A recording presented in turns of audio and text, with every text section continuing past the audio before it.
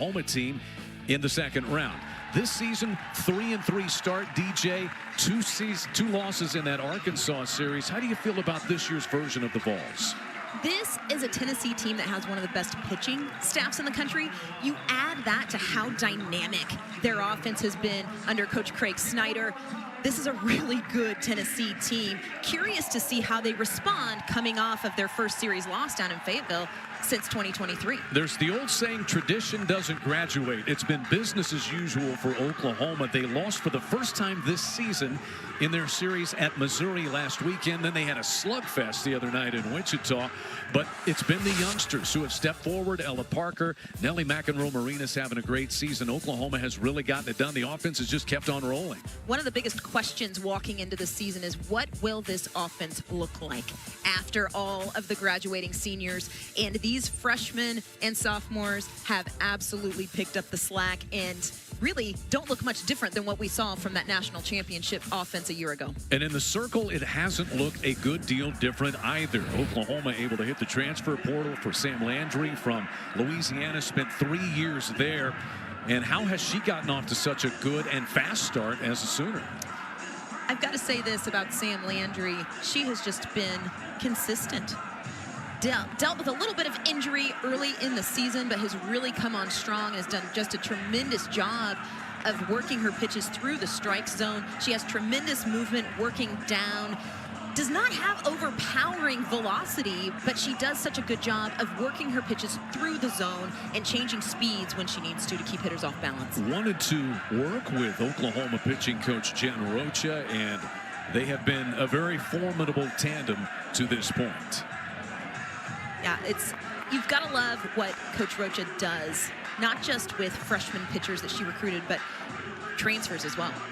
It's been a breakthrough season for Taylor Panel. She'll bat third, .436 average, 11 home runs, 45 runs driven in for her, leading this Tennessee Volunteers team. And up at the top, Savia Morgan, a real threat, especially with the speed and threat she can be on the bases if she can get aboard. And I mentioned before we started what a dynamic offense this is. They're aggressive and they put pressure on defenses. A near overflow crowd, overcast skies. We have gusty south winds at upwards of 35 miles per hour. So, you know, we typically wait a little bit to get in the weather forecast, but we could see balls jumping early. So let's just let you know it's gusting, and it's gusting out toward right center field tonight. I think gust might be a bit of an understatement. Yeah, it's Oklahoma in the springtime. Keep the ball down. Good matchup for Sam Landry, who does a good job of working low in the zone, but going to be so important to keep the ball out of the air today. So Oklahoma has shifted. They have 3 infielders over on the third base side of the infield as they put Gabby Garcia there. Elena Agbayani and Nellie McEnroe-Marinas are all over there. And they shift in Abigail Dayton into the second base spot. This is a little flare that's caught out in left field by the right fielder, Cassidy Pickering. Were you ready for that from the get-go, DJ? That's the right fielder catching a ball in left field on the shift. How do you write that in your scorebook? L7. L7? I think. Yeah, it's left field. That's the 7 spot. But it was indeed the right fielder, Cassidy Pickering, catching it to retire Morgan. Huge first out for the Sooners and keeping Morgan off the base paths. Here's Kinsey Fiedler, the center fielder. And seeing the shift from the Sooner defense, that's not something we see Coach Gasso do very often. It just goes to show how deadly this Volunteer offense is and what they bring to the table. 0-2 to Fiedler. Senior from Lee's Summit, Missouri. 7 triples for her. That leads the SEC, and she has really locked down that center field spot defensively. Washington transfer, was on the Pac-12 all-freshman team there. This one is lined and caught by the diving Gabby Garcia. Well, Patty Gasso told us the other day she feels like the middle defense on the infield has won this team several games. That's an indicator of how that's happened.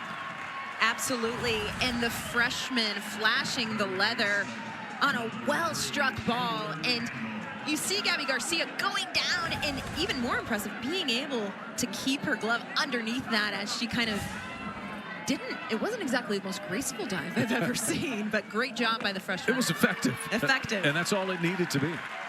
Bases empty at 2 down. There's Gabby Garcia, the middle of this Oklahoma defense. You think about it. Center field, shortstop, second base, catcher. It's all new. And when you think about just being new, you also have a freshman at shortstop. And I think one thing that Gabby Garcia has really done a good job of, there have been so many things to talk about of what she's done offensively, but the way that she has handled herself as a freshman starting shortstop has been impressive as well. Slow dribbler out in front. Emmerling picks it up, and safe at first is Panel. So an effective bunt, essentially, there for Taylor Panel, just getting a piece of that ball and able to roll her way aboard with 2 outs here in the first inning.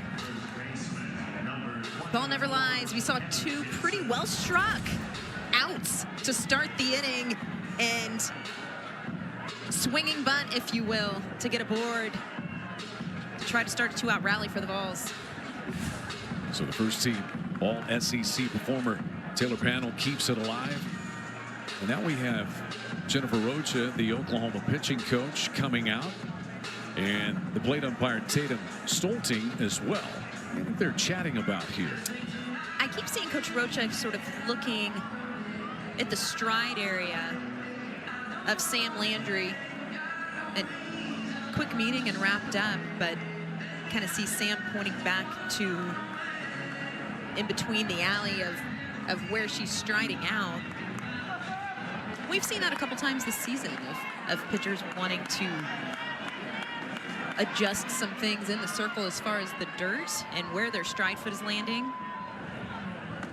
McKenna Gibson takes the opening pitch from Landry downstairs.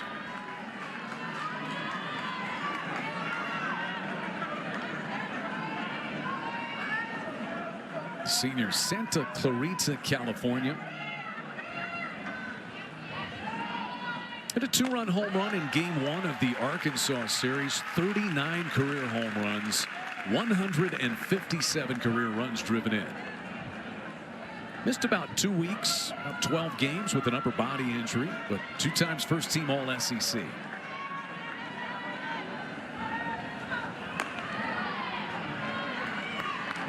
This Volunteer offense, and we've heard Coach Weekly talk about it, but what Craig Snyder has done of really just building an offense that's holistic. That is the word that has gotten used quite often, of playing to each of the strengths. And I think that's why we see a little bit of everything from this Volunteer offense. 3 balls and a strike to McKenna Gibson.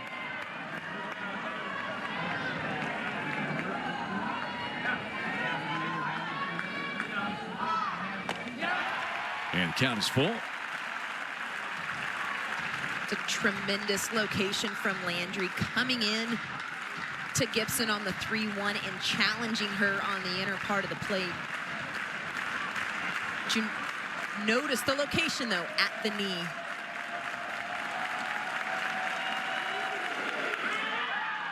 There's ball 4. So runners at first and second on the infield hit by Panel, and the walk to McKenna Gibson for Karen Weekly, the 24th year head coach of the Lady Vols, last season's SEC Coach of the Year, and 2 times a runner-up at the Women's College World Series. And she said, when you know that you're coming into an environment like Norman, you talk about it with your players. And she went back to her days as a litigator. She said it's just like practicing law.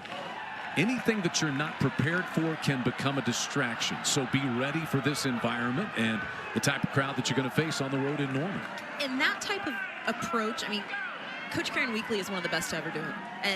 And the way that she approaches the game is so different from a lot of coaches. And it's refreshing in the way that she takes what she knows outside of softball and applies it. And, you know, this is an environment that you have to prepare for. You can't walk into Love's Field blindly. I mean, there is not an empty seat in this stadium right now. And I think it's important to have that conversation with her team of this is going to be the atmosphere. How are we going to handle it? You've got to be proactive instead of reactive walking in to Norman. Seen a little bit of volunteer orange scattered out in right field and the bleachers out there. Here is a player familiar with this Oklahoma program, the Oklahoma transfer Sophia Nugent. And she takes a fastball from Sam Landry, playing against some of her former teammates, so there aren't a lot of them left. Sophia Nugent was on 2 national championship teams at Oklahoma.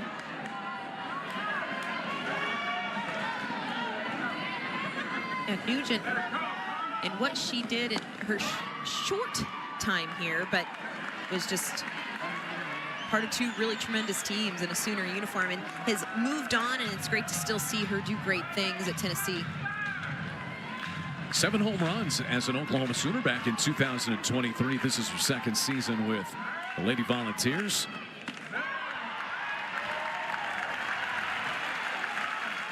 Strike 2. Couple of visits from Isabella Emmerling to Sam Landry to try to get things situated here in this first inning. 2 quick outs by Landry, but then we've seen her work deep into counts, thrown quite a few pitches here in the first inning to start this ball game. There's ball 4, and the bases are loaded. A golden opportunity for the Lady Volunteers here in the first inning. All of this has started with 2 outs. Again, just a little bit of a swinging bunt by Panel as Coach Jen Rocha makes her way out to have a chat. But one thing that has been an issue for this pitching staff throughout the season: walks, free passes, working deep into counts. And we're seeing that here early in this ball game. Jennifer Rocha, such a calm demeanor about her, and as Patty Gasso says, she is the perfect person for who I am.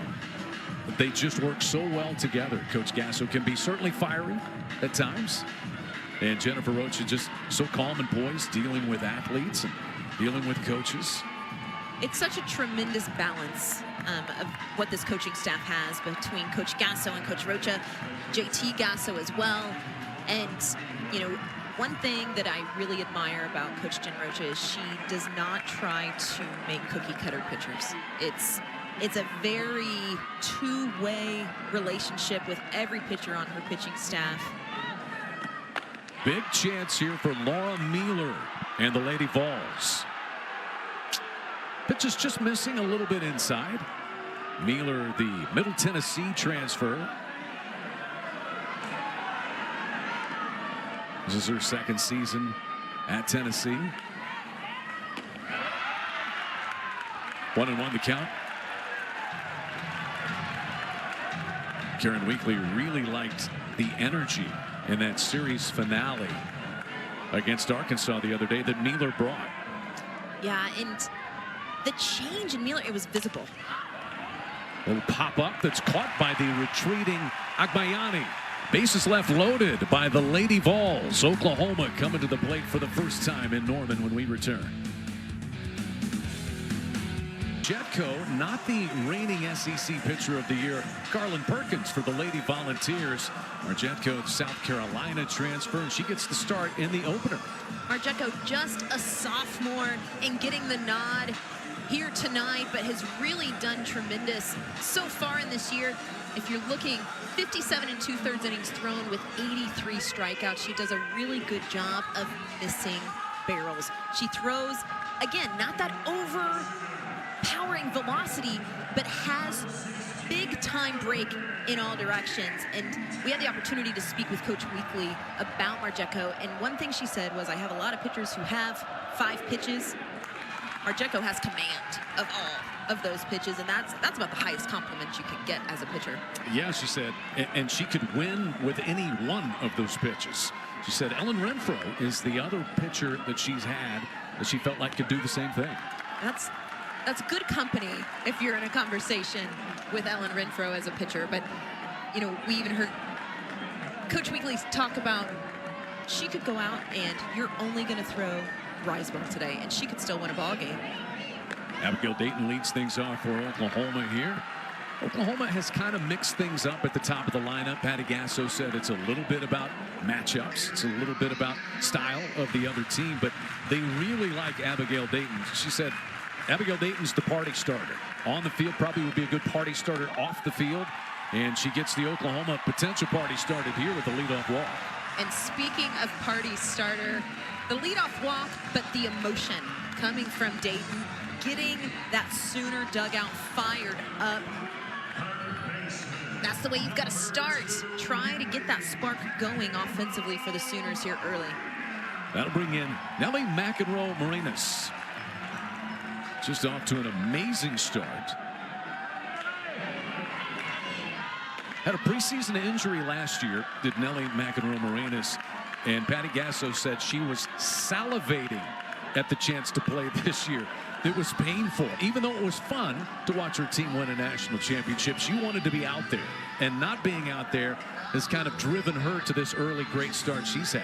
She's a competitor, and you can see it in everything that she does. And redshirt freshman wearing that captain C as well, just kind of showing the type of mentality that she brings to this team. But one thing that Nellie McEnroe Marinas has really done a good job of is just truly being consistent. We see her defensively. She is a rock at third base, but each of her at-bats are calm, cool, collected. The poise that she brings in both facets of her game are something that these young players can learn from, even though McEnroe Marinas is a young player herself. Quick visit there from Megan Rhodes-Smith, Tennessee pitching coach, just to try to calm down. You would imagine Marjetko got to be amped up in this environment. Yeah, and I think another piece of this as well, and I think we saw it from Landry in the top half of this inning, is getting a clear establishment of the strike zone and establishing both sides of the plate. But I think it would be fair to say there were some close pitches called balls, and that's what the strike zone is. We're seeing it here as well for Marjetko early here in the first, but trying to find a way to establish what that strike zone is and get in it quickly. 7 home runs in 9 SEC games for Nellie McEnroe Marinas. She takes a called strike 3. That'll get Marjetko right back in it. And speaking of finding the strike zone, pulling the string on a pitch that was truly deceptive, and you could see McEnroe Marinas, she knew it as soon as it came through the plate, but big time deception on the off speed coming from Marjetko. And so here is Cassidy Pickering. I mean, that's the talent that Marjetko has in a situation like that. After the leadoff walk, come right back and get one of the hottest hitters in the SEC out. And one thing for Sage Marjetko that makes her so difficult, you can't sit on one speed. We just saw it to Nellie McEnroe Marinas of changing speeds in such a way, and there it is again with the off speed in for a called strike. But she will throw it at any count, at any time, and it forces hitters to sit differently. You can't sit on one speed, especially when you know you have a pitcher who might throw it on a 3-1. Pickering rolls this one towards second base. Ella Dodge over to first base for the second out. So Dayton able to make it down the line, and Pickering is saying she feels like she's safe. You saw the safe call from Tiare Jennings as well. Yes, that is Tiare Jennings over there. It's our plate umpire Tatum Stolting with the official announcement of what is being reviewed. Safer out at first base. Tiare Jennings, the All-American former Sooner national champion, coaching first base. She's a student coach, but she's over there at first base because Falapalima Steele, who is a regular assistant, is expecting a child. Yes. And she needs to be over in the dugout these days. So it is Tiare Jennings who's manning a first base spot. Let's take a look at this again.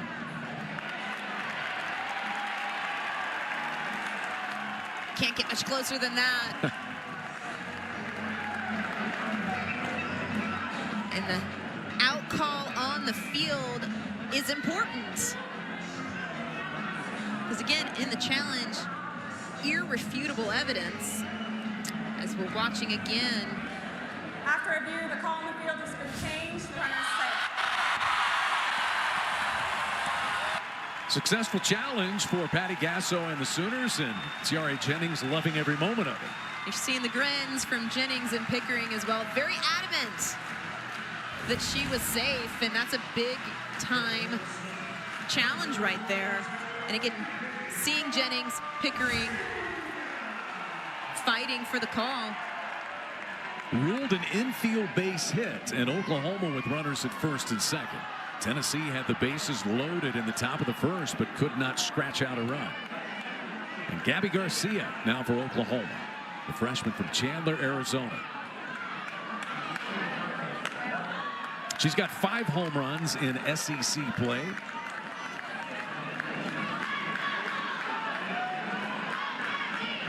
Her mom, Kara, Hall of Fame player at Arizona State. So much expectation. And in the fall, it was a little difficult for Gabby Garcia to deal with, Patty Gasso said. So to see this, what she's done in the spring, has been a special time for Patty Gasso and the staff. She has really handled herself well, and the mental side of the game, you watch someone like Gabby Garcia, talent is never an issue, right? So physically talented, and you're always curious to see how freshmen handle themselves. And she's done such a tremendous job and has been about as clutch as they come at the plate.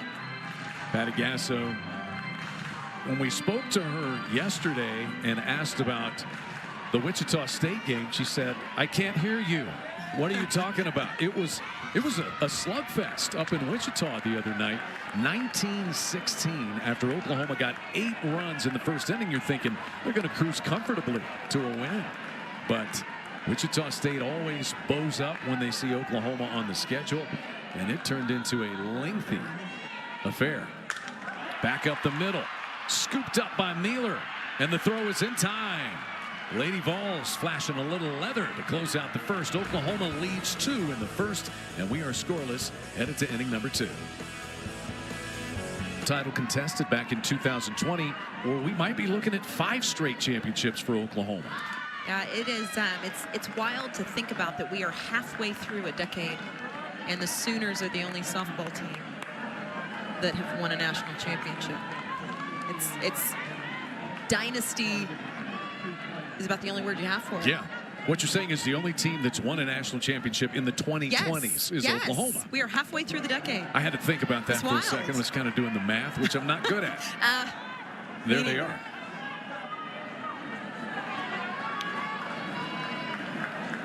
And one of the wildest things to think about as well is, as we're here in a relatively early SEC matchup, these are 2 teams who their games against each other, for the most part in the last decade, have been at the Women's College World Series. Yeah. And you take the toughest league in the country and add the number 1 and 2 teams in the country to it this year. Lower third of the order to the plate for the Lady Volunteers here in the second. Ella Dodge out there at second base tonight. 4 home runs for her. Lashes this one foul. Ella Dodge out of Bradenton, Florida. Just played 1 game in the Arkansas series. Kind of solidifying that defense up the middle has been one of the goals for Kieran Weekly and the staff. And as the season progresses, and Coach Weekly said herself of making changes and needing to find a consistency. Goodness. That one really got away, obviously, from Sam Landry. Unfortunately, Ella Dodge is okay as she heads down to first. Always a scary moment when that pitch comes up and in, but happy to see Dodge be okay. But the 3rd free pass from Landry here in this ball game, as Coach Patty Gasso is going to make her way out to have a conversation. And Landry continuing to kind of look at that area out in the front of the circle, but I think the conversation here and something you're noticing from Landry is her misses have been pretty big misses. So as a pitcher, and we don't know exactly what the conversations are, as you said, about the stride point or the landing spot for that front foot. You could tell she was pointing at it. Whether it's sound or not, is it in your head as a pitcher? And if it is, how do you get it out? A little bit, right? I mean, if you feel like you aren't striding out and having that strong footing, and I'm making assumptions here. I don't know that that's necessarily the case by any means, but it's something that you just have to adjust. I mean, that's the name of the game, and regardless, finding a way to work in the strike zone and work pitches. It's the 4th base runner already for the Lady Vols. And Amaya Doyle with an opportunity to move Ella Dodge on down the line. Carterville, Illinois native. This one is ripped but foul. So 1-1 the count on Doyle. 189 average.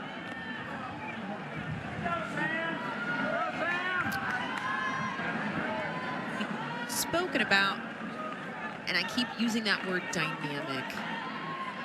How Tennessee is offensively is every hitter in their lineup can do a little bit of everything. Well hit, left center field, and this ball is out of here. It is gone off the bat of Doyle. A 2-0 Tennessee lead in the second. And Doyle just went ahead and proved my point for me in a situation where there are so many different options, hit and run, getting aggressive on the base paths. Doyle able to just put an absolute swing on the ball. Her 3rd home run of the season, but taking a pitch that was a little elevated in the zone and just putting a swing on it. Doyle just showing the power that can come from this Volunteer offense, even in the lower half of the lineup. 42 home runs as a team for the Lady Vols. That one got way out, all the way up onto the concourse out in left center field. And now it is Gabby Leach.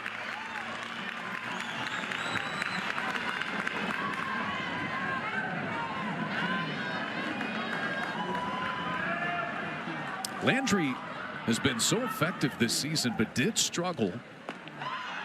Gave up 6 runs in that game at Wichita State the other night.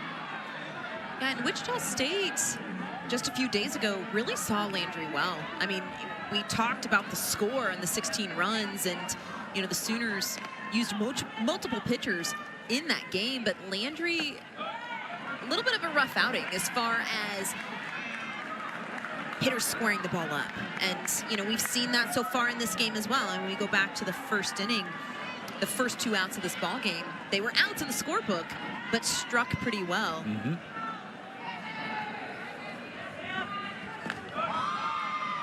Check swing foul ball there from Gabby Leach. Twin sister Alana, also a Lady Vol from the Woodlands, Texas. Tennessee going to be able to roll the lineup over here in the second inning already against Sam Landry. Well hit into the left field corner. That ball lands and then hops just over the fence in that foul corner. It'll be a ground rule double for Gabby Leach.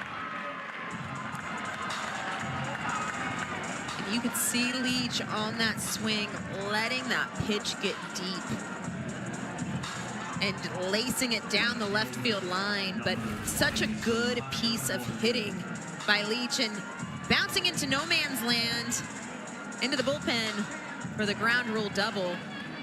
But such a tremendous piece of hitting from Leach. 6 doubles on the year now for Gabby Leach, and back to the top of the lineup for Savia Morgan. Morgan hit that fly ball out to left field her first time Oklahoma shifted. They have shifted again with 3 infielders over on the left side, 2 infielders on the right side, and only 2 outfielders. Nobody home out in right field.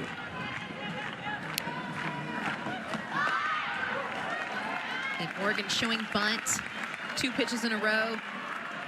So many different options here for the Volunteers. Runner in scoring position, Morgan, who she can bunt, she can lace a double. I mean, so many different things here for Morgan as she shows slap. Easy play for Sam Landry. Gabby Leach moves on down the line to third base. And that's the first out in the second inning. Huge out for Landry, and you could see Morgan. Ground ball back to the pitcher, but she moved her runner. Opportunity here for Fielder to drive her in. Sacrifice fly, squeeze. So many different options here for the Volunteers. Kenzie Fiedler hit one to the shortstop. Gabby Garcia, her first time up.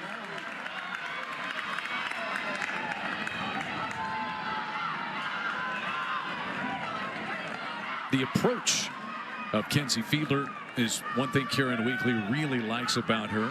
The way that she steps into the box. She's got a presence about her. 1-1 the count. This one sails out of play. We've got overcast skies tonight. We talked about the wind whipping out of Loves Field at about 35 miles per hour at times. Hopefully that will die off just a little bit. If you're a pitcher, as you were, DJ. Work down.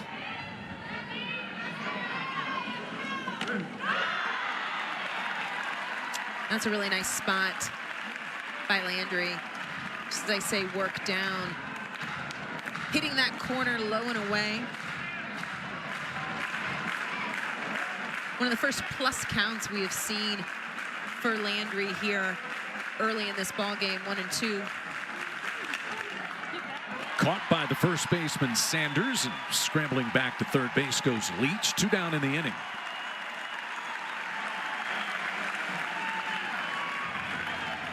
Huge out for the Sooners as Landry changed speed. Something we haven't seen her do a ton so far in this ball game.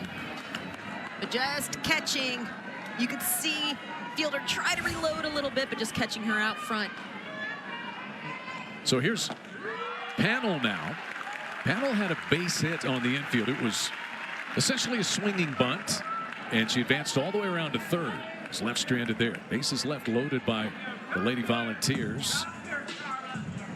And now we've got Karen Weekly walking down the line to chat with our home plate umpire, Tatum Stolting.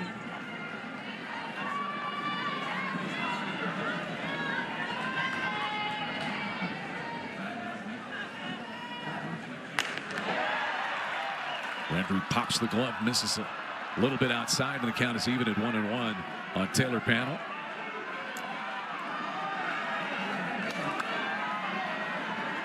Taylor Panel's really gotten into the student side of being a player, talking a lot with Greg Snyder's in his first season, orchestrating hitting and offense at Tennessee. A little more film study, talking about opposing pitchers.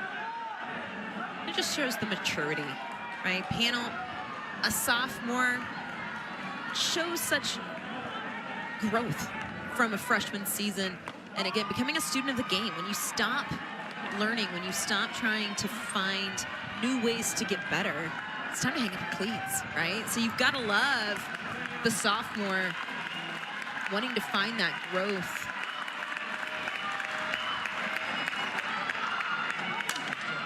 In the air to right field and caught by Cassidy Pickering. Inning over, but the damage done by the Lady Vols. Reigning SEC champs getting a big blast to left center field, the third of the year for Amaya Doyle.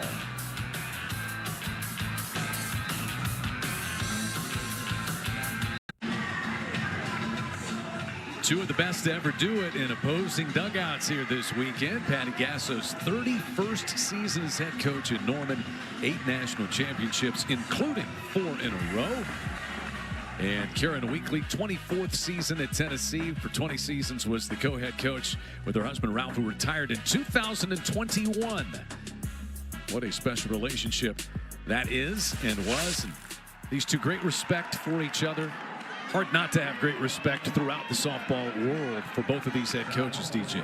Absolutely, and you said it, 2 of the best to ever do it, but 2 women who have really not just built 2 tremendous programs, but have helped grow the sport and have helped just college softball in general become what it is today. You think of Patty Gasso, Karen Weekly, and what they have done just in general for the sport of softball. All the wins are just just icing on the cake. Ella Parker leads things off for Oklahoma. Parker, then Sydney Sanders, and Elana Agbayani. 5, 6, and 7 in the order. Sooners had 2 reach base in the first, but left them both stranded. Ella Parker lifts one to center field, and Fiedler takes care of that one.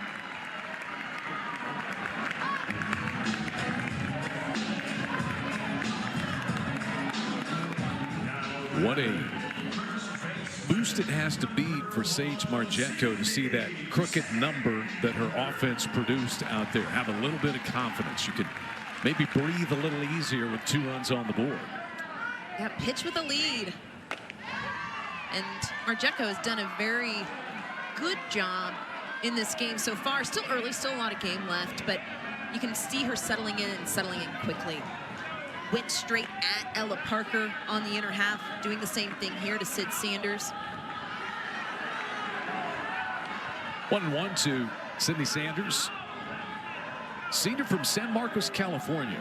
Transferred from Arizona State after 1 year there. Her 3rd season as a Sooner. Over 200 career games that she has played. And so she's active in a lot of the big categories. 51 career home runs, 6th amongst active players, and 140 walks that she's drawn. That's 4th amongst all active players. Lifts this one foul down the left field line. Is there room over there? There is plenty of it, in fact, for Morgan. Wind is going to hold that thing up. You know, down there, that part of the field, it's past where the roof is, so there's nothing to block the wind from just keeping that ball fair. And Morgan did a really good job of hanging with that. We said the wind might be a little bit of a factor with the long ball potentially, right? But that wind blew that foul ball back nearly into play, but at least where Morgan had a play on it, and she did a really good job of hanging with it and playing that wind. 2 big outs for Margetko here in the second. As she faces Agbayani.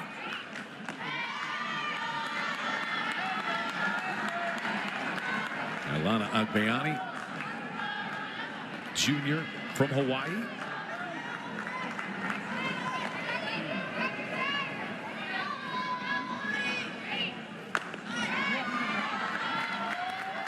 Three and 0 the count.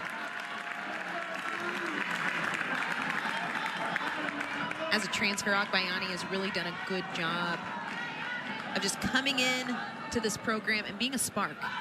Everything she does, and seeing it right there as she breaks up the 1-2-3 inning and draws a 4-pitch walk, but that's what she does. It's consistently finding a way on base and finding a way to get into scoring position. Agbayani, the BYU transfer, added 424 there a season ago. So here is Isabella Emmerling, the Oklahoma catcher. She also a transfer from North Carolina, where she hit 14 home runs as a sophomore. In fact, she went over 100 career runs batted in Oklahoma's win at Wichita State this week. Have another little meeting at the mound, the circle. Megan Rhodes Smith out for a conversation. That's a couple of times she's been out to chat with Margetko. Yeah, and we've seen it on both sides. We've seen Coach Rocha and Coach Gasso out to speak to Landry as well. So we end so many meetings so far in this game. You can kind of just see both staffs trying to keep their pitchers composed. And on top of that as well, the chess game at play a little bit. You've got 2 tremendous offenses, 2 pitchers going head to head, just trying to keep everything in line and keep pitchers in the strike zone. So 2-0 now to Emmerling after the walk to Agbayani. This is the 5th straight ball thrown by Margetko here with 2 outs. Off-speed pitch that she's gotten a couple of hitters with. And that's that off speed, throwing it 2-0.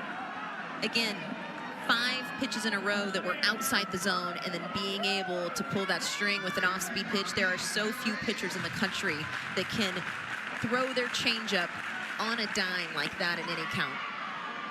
2-2 the count now to Isabella Emmerling.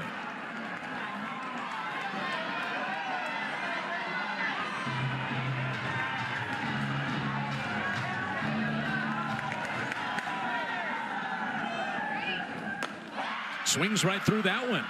So the brief conference in the circle with Megan Rhodes Smith pays off. It's a strikeout to finish the frame for Marjetko. 2-0 Lady Vols. It has not been a comfortable couple of innings out in the circle for Sam Landry of Oklahoma. That's a departure from the norm for her recently. She is the reigning back-to-back SEC Pitcher of the Week. She's won the award 3 times already this season. She's given up a 2-run home run to Amaya Doyle so far tonight and already thrown 50 pitches, DJ. She has, and she's worked deep into counts. Sam Landry, and you kind of said it, Chad, uncomfortable for her a little bit here tonight. But one thing Sam Landry does very well is make in-game adjustments and respond. Easy pickup there for Sanders to tack the bag at first and retire Gibson to begin the third. So Sam Landry, you know, people want to grumble about the transfer portal in softball, in all sports really, but the simple fact is it works, and it works a lot. Both these teams are once again an example of it. It's worked out here with her transferring from Louisiana. Hate it or love it, that is the landscape of NCAA sports now, and that's just where we're at. And I think one thing, if you're looking at it as a whole, is players want to go where their best fit is. Players want to, in Oklahoma's case, I think there have been players who come here and are going, I want to be a part of one of those national championship teams. Sam Landry is no different, but I think one thing the transfer portal does is it just really shakes up what each of these teams look like each year. Sanders is just able to hang on. That ball was actually over the wall and into the camera well down there. She was able to retrieve it and to go. Sid Sanders, big grin, hanging with it at the wall and tracking it down, and it just stayed off the net, but a little bit of a juggle, but you take the out. But kind of going back to that thought of transfers and how quickly. That ball will scoot on through off the bat of Nealer into center field. A 2-out single for the Tennessee shortstop.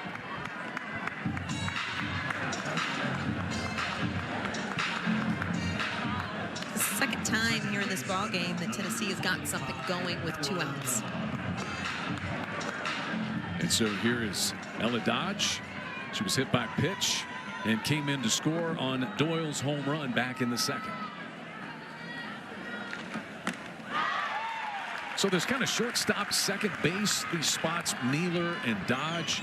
Destiny Rodriguez has played some second base as well. And it's been about solidifying that defense. And Karen Weekly's not been super happy with it. Said they just need to arrive at the best combination. That is a line drive rocket by Dodge, caught by Agbayani, and the inning's over. 2-0, Tennessee on top, headed to the home half of the third in Norman. When the Weeklies arrived at Tennessee, this is what these programs have accomplished, DJ. These aren't just 2 of the best programs in the country here recently. These are 2 of the best programs in the last 2.5 decades of softball going deep into postseason. Again, these are 2 teams every single year. You get to the point you don't question whether or not they're going to be in postseason. The question is, are they going to make it to the Women's College World Series? And when they do, how deep are they going to go? And what an amazing feat that's the conversation that gets had about these 2 programs. And we had it at the top of the broadcast tonight, and rightly so. When you get to the point of, well, they'll be in postseason. Now, how far are they going to go, and are they going to win the whole thing? 2013, they squared off in the National Championship Series. Oklahoma winning that one in 2 games. Another conversation here is Sophia Nugent out to visit with Sage Marjetko. Sophia Nugent, former Oklahoma Sooner, as we've talked about, but did not play at Loves Field. She played at Marina Hines Field, was on Oklahoma's 2 national title teams, but helping her teammates get ready for what you face when you come to Norman, when you play against this Oklahoma program.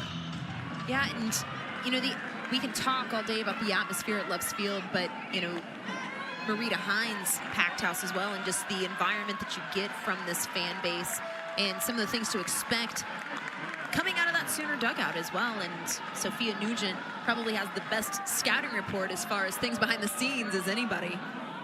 Hannah Core in for the Sooners, the number 9 batter, and she draws a walk. A Hannah Core fan and a Kiss fan.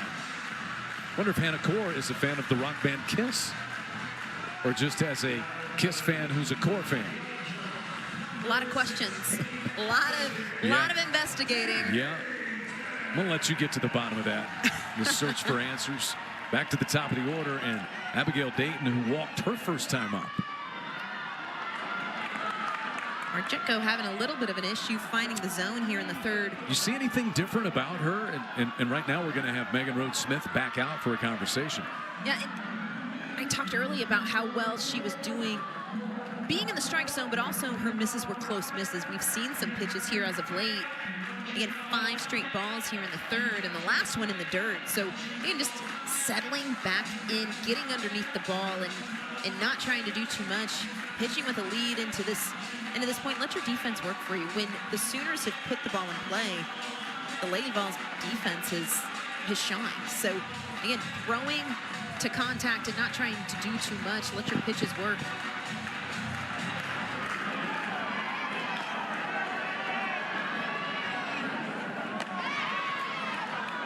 Calmly delivers a strike over the outer half. 1-1 to count here on Abigail Dayton. Not unusual for Oklahoma to use multiple players in the leadoff spot. This one is popped up. It evades the glove of Marjetko and of the shortstop Mealer, and everybody will be safe. Maybe not what Abigail Dayton had planned, but it worked out for her and the Sooners. And hit and run. Coach Gasso, she will tell you she'll call a hit and run to take the pressure off of your batters sometimes, but that ball up in the air, Sooners got away with one there. And curious to see the scoring. Gotta go base hit, right? I don't think anybody touched it. I think there was a glove that was put on it by Marjetko. Okay, well, they've got hit up on the board. You keep your scorebook in ink. You're writing in ink, so if they change it, you'll have to scribble out over it, but for now, it's a base hit. And here's Nelly McEnroe-Marinas, who struck out looking her first time. That is a bold play by you, by the way, writing your scorebook in ink. It's more of a marker even. Yeah, flare pins. Yeah. Once you go flare pin, you never go back. That pitch on the outer half, just catching the corner, and that's a part of the zone that has been a little bit inconsistent here tonight on both sides of the ball of whether or not that pitch is going to be a call to strike. But Marjetko ahead here, no balls and 2 strikes early. And another good location for Marjetko. She's done such a great job of working left and right. Part of her scouting report, again, she can work in all directions, and we've seen it. And she's had success in all directions, but back in the zone here and ahead on McEnroe-Marinas. Swing and a miss. A strikeout for the 2nd time. Marjetko is able to fan Nelly McEnroe-Marinas. Uncharacteristic for McEnroe-Marinas, and chasing a pitch in the dirt. Marjetko doing a tremendous job of expanding the zone.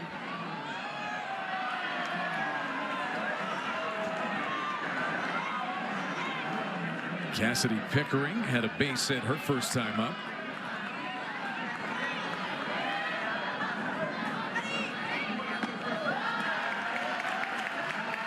Two 2-0 the count. Tennessee electing to not pitch the two-time SEC Pitcher of the Year, Carlin Perkins, in the opener. We were all prepared to talk about 78.2 miles per hour, a record in softball that she threw on Monday in the 6th inning of that game against Arkansas. In fact, that's the first thing we asked Patty Gasso, what do you expect in Tennessee? And she shouted 78.2 miles per hour. It was the pitch heard around the world. It was. And rightfully so. Absolutely. That one got a piece of Cassidy Pickering. Everything about that pitch, Pickering, 2-0 count, jumping on that pitch that she was hunting.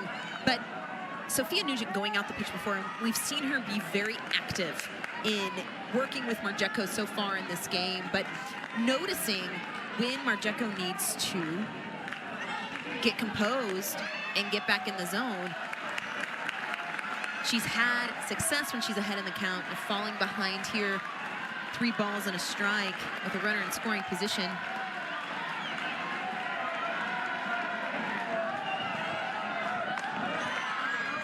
There's strike 2 on the outside edge to Pickering.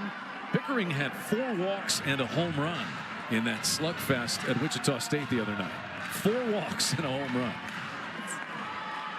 Not a stat line you see often. You do not. She's riding a 7-game hit streak, make it 8 after the hit earlier tonight, and the bases are now loaded. And Gabby Garcia is going to get a crack for Oklahoma.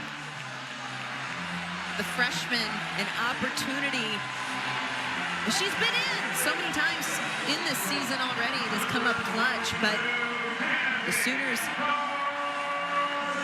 opportunity to tie this game up or take the lead, and have left some runners on base so far in this ball game.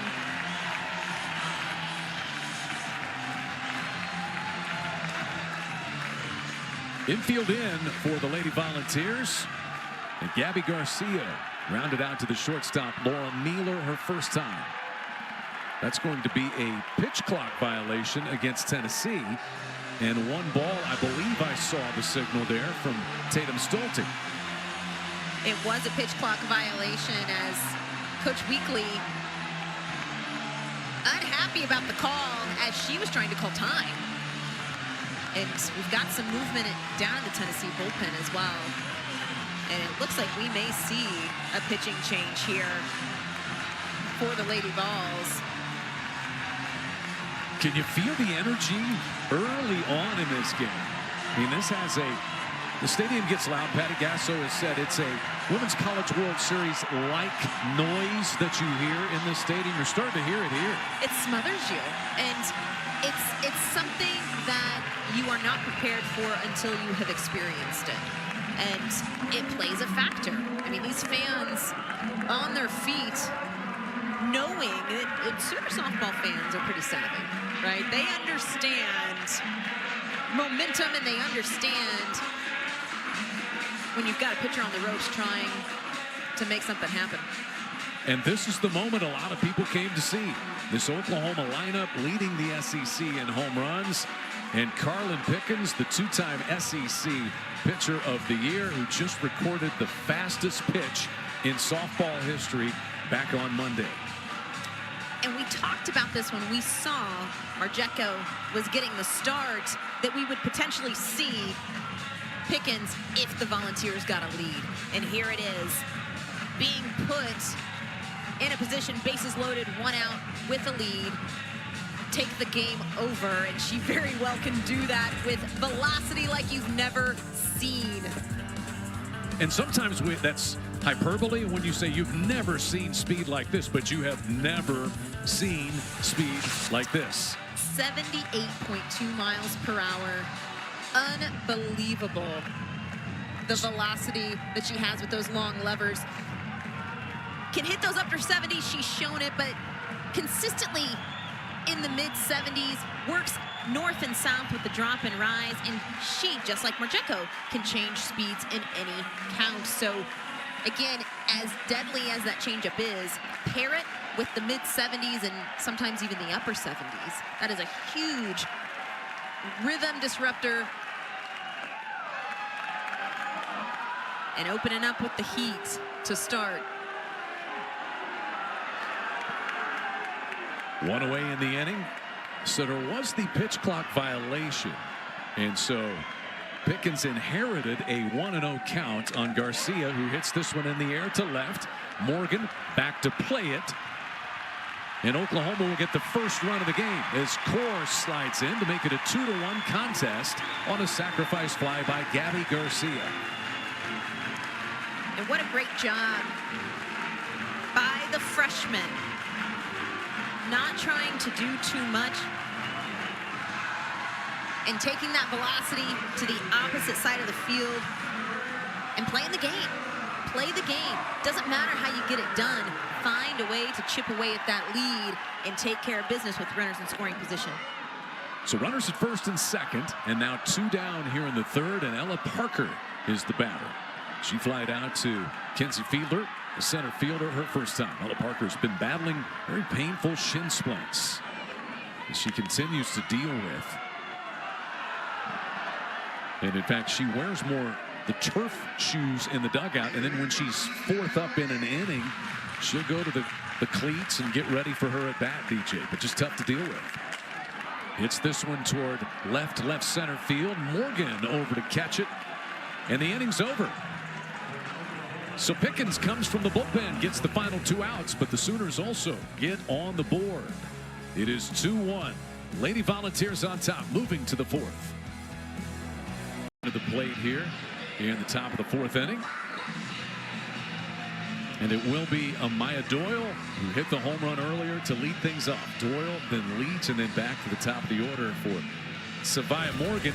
This was with Ella Dodge aboard, and it was a no-doubter. You see up onto the concourse in left center field and getting paid.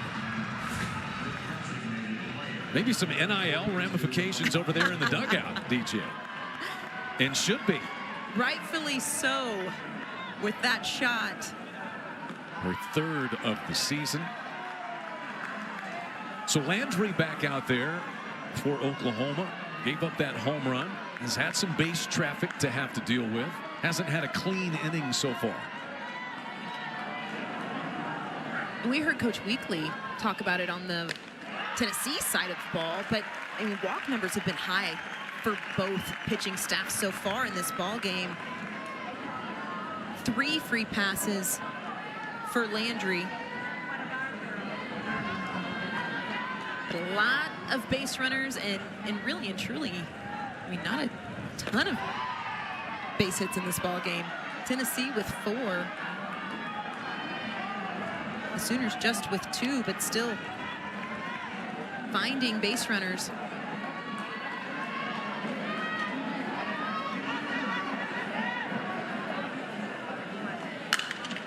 Pounded into the ground on a hop to McEnroe Marinas. 1 away in the 4th.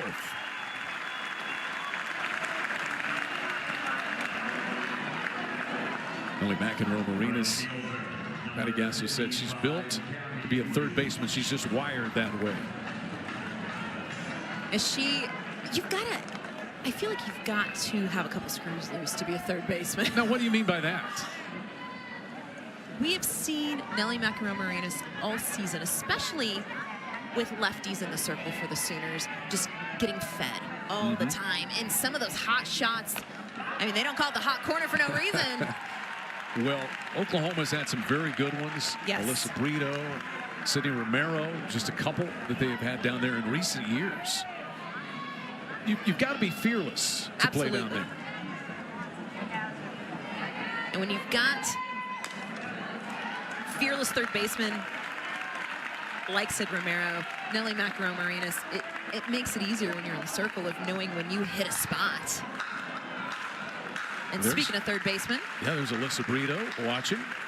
Riley Boone. You know, there's national champs all over the house tonight.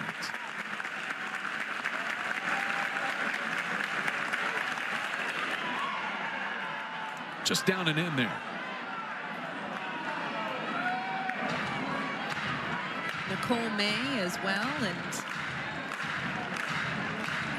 whole line of national champions there. Lena Torres, Jada Coleman. Jada Coleman down there.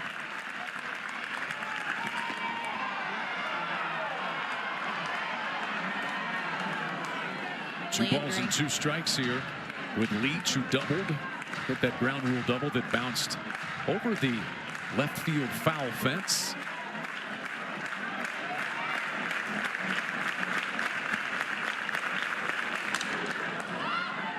Slow roller to second. Agbayani takes care of Leach. 2 gone.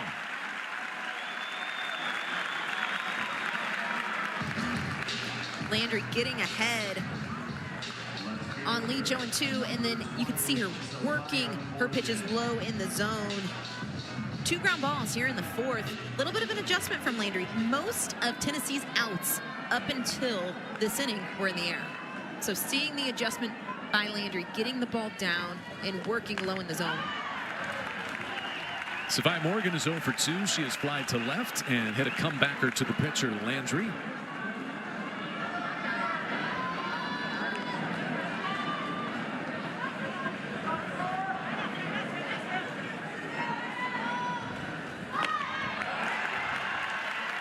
And 0-2 the count on the Tennessee left fielder. Morgan has started every game for the Vols, leads them in runs scored, 19 stolen bases, just a menace when she gets on base.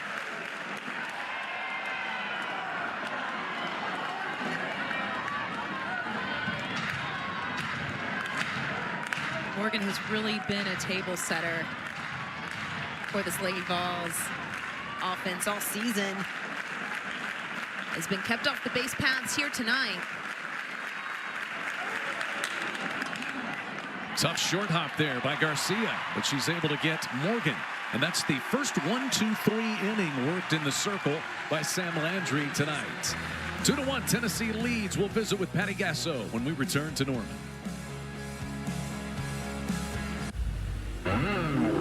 It's just a great atmosphere at Loves Field. It feels like a postseason. It feels like the way that it should, quite honestly, doesn't it, DJ? Absolutely, and you've got to just absolutely love this environment. Middle of SEC play, day in and day out, is a battle on this field, and it's really awesome. Not just here in Norman, for the sport as a whole.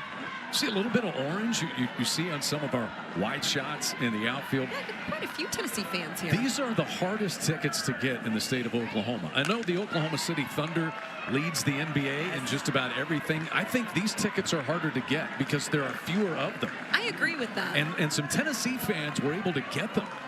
Got to have some strings. Maybe Josh Heupel has some connections, or I don't know. He might have a few. Could.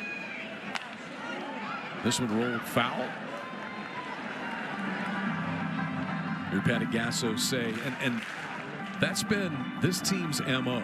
Even if they're not producing huge numbers, they always feel comfortable and confident, and that goes back to her confidence in JT Gasso.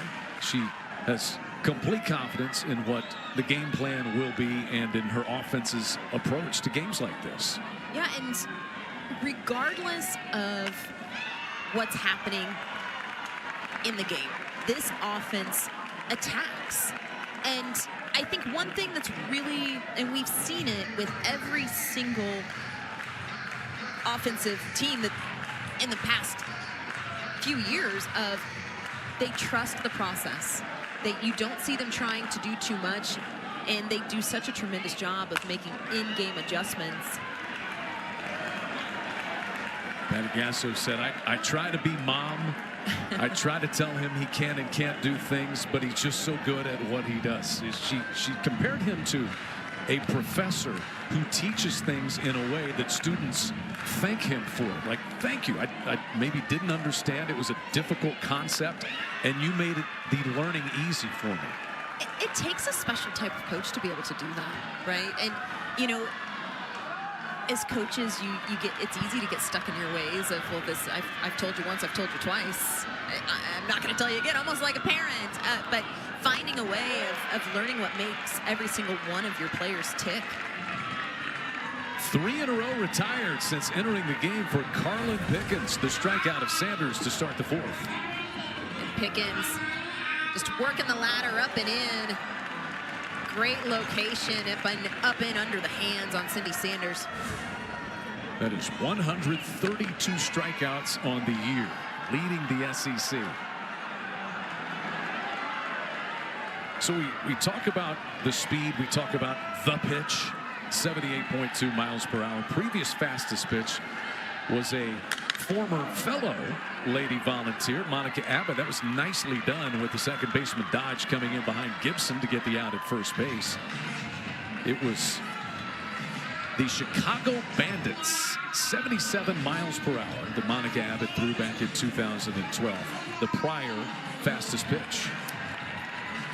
In good company. I've got to say, when I think Tennessee softball, there's so many different facets that you can brag on, but they have always had tremendous pitching.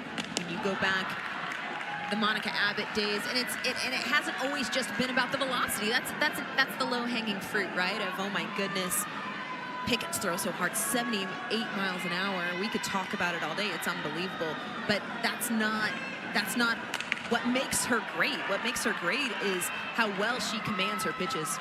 And she has retired all 5 Oklahoma. We go in Norman, 2-1. Lady Volunteers lead it.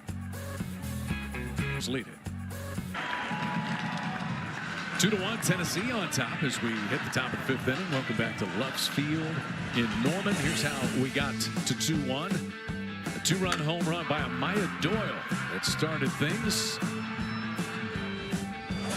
That was at the top of the 2nd. Bottom of the 3rd, bases loaded for the Sooners. Gabby Garcia with that fly ball to left that scores Hannah Core. And that's where we sit. 2-1. 4 hits for the Lady Vols. 2 for the Sooners has been it. And this is settling into your type of game, DJ. A pitcher's duel, dare I say. A good old-fashioned pitcher's duel.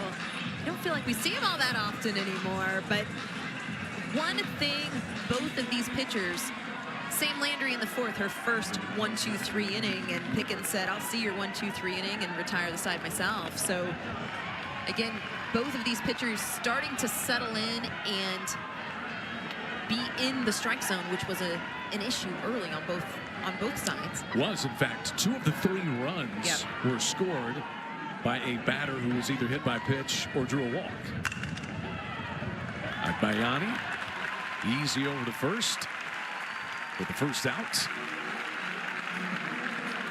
Alana Agbayani has moved right into that second base spot for Oklahoma defensively. We've talked about it over the years with this Oklahoma program. Pitching, amazing. National Pitchers of the Year. All-time softball home run leaders. But they have been so good defensively under Patty Gasso over the years. Unflinching in the detail that they have out there in the field. It has been a staple of her tenure here in Norman, hasn't it?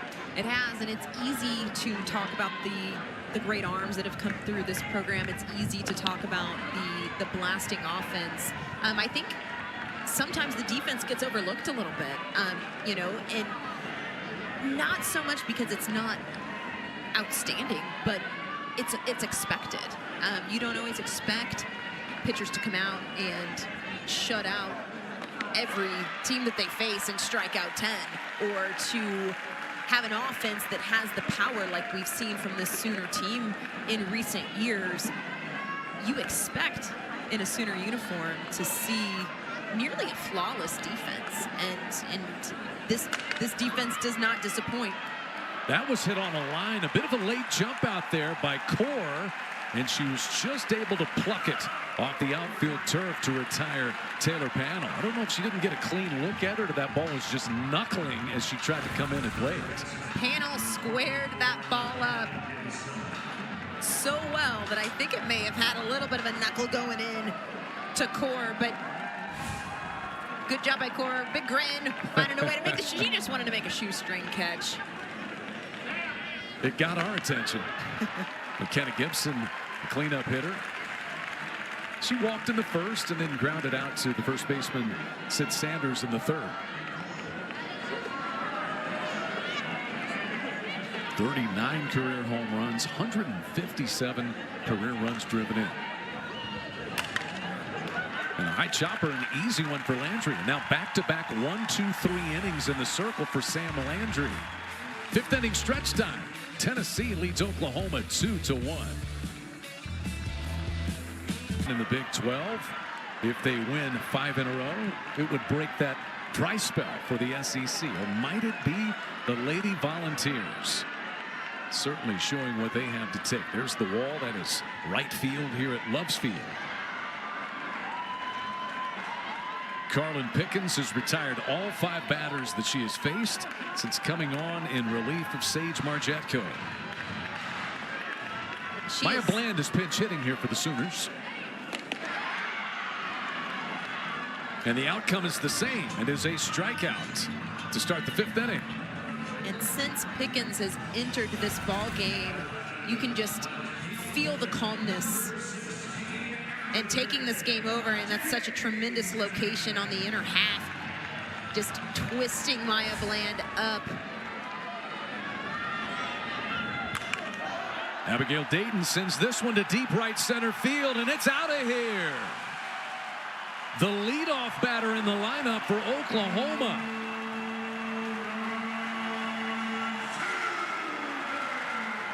And just like that, Abby Dayton ties the ball game up. Just her 2nd home run of the season, and took advantage of a pitch up in the zone and got it up in what we're going to go ahead and call a jet stream of wind. That pitch up at the letters, and did such a great job of handling that pitch up in the zone and launched it. Patty Gasso calls her the party starter. In the leadoff spot for a reason. She provides energy, and she provides a thump with 1 away here in the 5th inning. One way to start a party. Tie the ball game up with 1 swing of the bat. In this game, it has just been absolute momentum shifts back and forth between these 2 teams. Oklahoma has certainly taken hold of the momentum in this one. And here is Nellie McEnroe Marinas.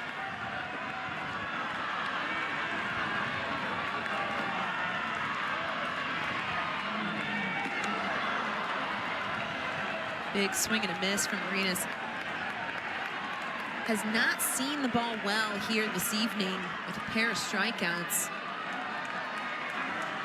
7 home runs in 9 SEC games. She had a home run in each game of the Missouri series last weekend. This off the end of the bat and barehanded. Carlin Pickens able to get out number 2. McEnroe Marinas is 0 for 3 tonight. Pickens just bouncing off the mound to make the play. Good response after the solo shot. Cassidy Pickering has reached in both of her plate appearances tonight. Had a base hit in the 1st and a walk in the 3rd. She was the last batter that Margetko faced before being replaced by Pickens. Just a mature hitter. That's the word that you get from Patty Gasso, DJ Gasso, and she's only a sophomore. Yeah, and she came in with that composure as a freshman. And, you know, we can talk about all the things that she did and has continued to do in a Sooner uniform, but so much of that goes back to just how well she approaches her at-bats. And she has never looked like a freshman in the box. She was National Player of the Week back on March 4th. She had a 4-homer week with 12 runs batted in. And she was a big part of Oklahoma's title run in Oklahoma City last year. Was on the all-tournament team at the Women's College World Series. And she just came in again and never looked like a freshman. And one thing that I've been really impressed with her, and Ella Parker as well, coming off of freshman runs like we saw from Pickering, it's really easy to press as a sophomore and try to do too much. She's done just a really good job of showing that maturity. Right back up through the box and into center field. 2nd hit for Cassidy Pickering, and the 3rd time that she has reached base safely in this game.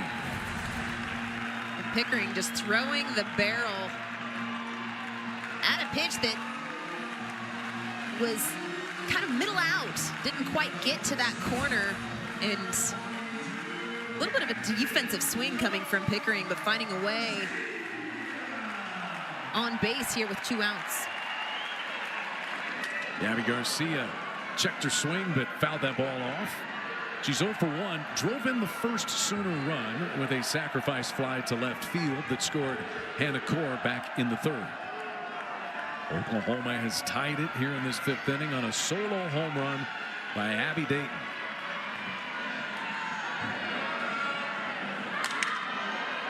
And 0-2 the count quickly on Garcia.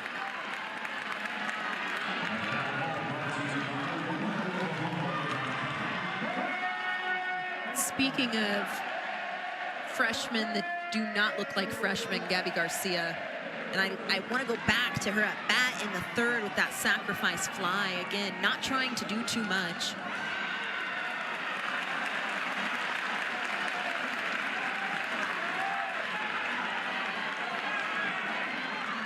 Business-like freshman.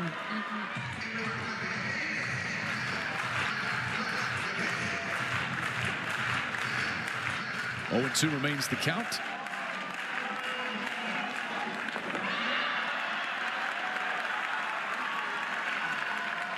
Pickens has struck out 2 since entering the game in relief of Marjetko.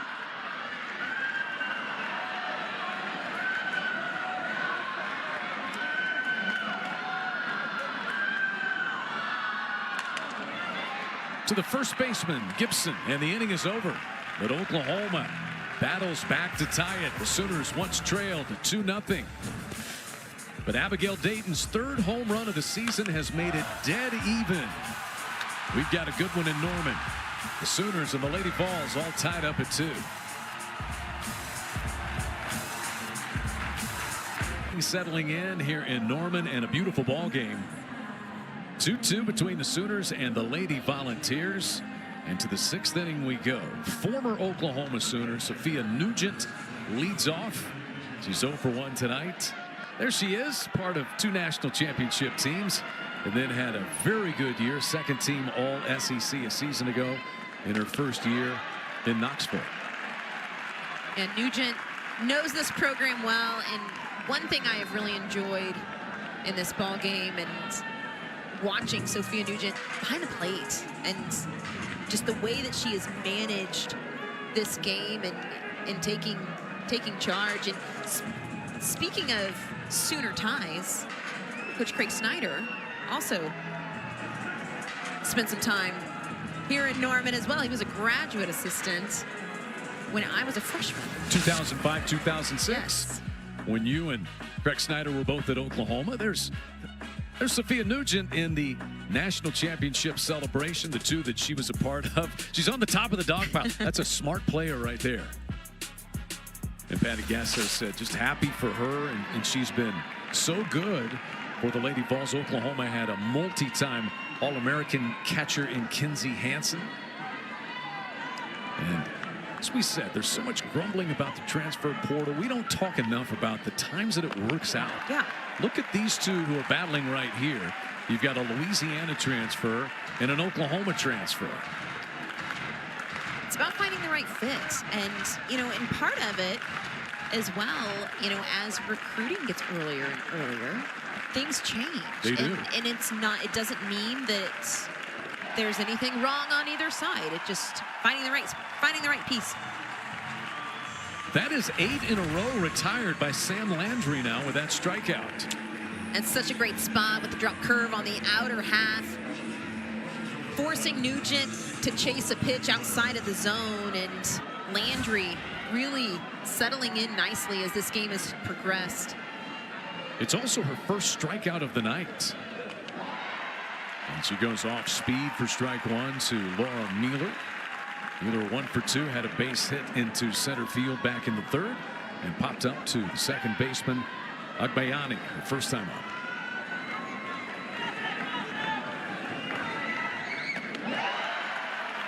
Not a lot of off-speed offerings, but 2 to start this at bat. And you can see Mueller, that's not what she was hunting. She was out of rhythm and off time, and Landry finding some rhythm herself, working in the zone. We're seeing a lot more 0-2 pitchers counts. And her misses are the difference. The misses are close. The misses are deliberate. We're not seeing those big misses way out of the zone, up or down or in the dirt. Each pitch is just nibbling right outside the zone, and all of a sudden now you're shifting and we're starting to see more defensive swings from the Volunteers. High chopper. Reaching up to grab it is Sanders, but won't get to the bag in time. Mealer beats it. A little off balance there, but had to climb the ladder, did Sydney Sanders. And talk about a high hop. Call it a chop. Mealer just using the dirt and finding the way on base. 5th hit of the night for the Lady Vols. And Sydney Sanders, I think a little understated of how difficult it was just to play that high hop as it almost skied over her head. That's the 2nd hit from Mealer tonight. It breaks a string of 8 straight retired by Sam Landry. And here's Ella Dodge, who was hit by pitch and was aboard when Doyle cracked a home run in the 2nd. Something to keep an eye on. Mealer will take off. 6 stolen bases on the season.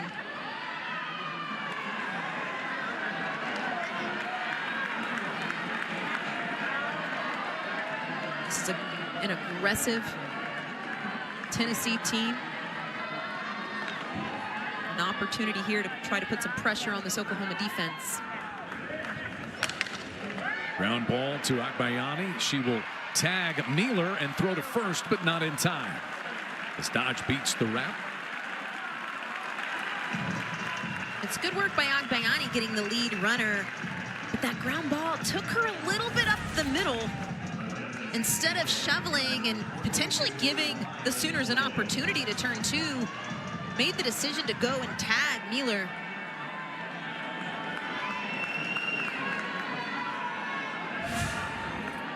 So the inning extended. Amaya Doyle, who crushed a 2-run home run to left center field in the 2nd, will be the batter.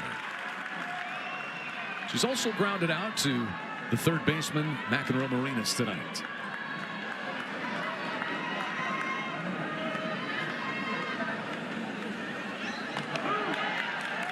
Doyle's home run back in the 2nd has been the difference maker for Tennessee in this game, and took that 3-1 pitch. But I will say this, Tennessee, 5 hits, but finding a way to get runners on base.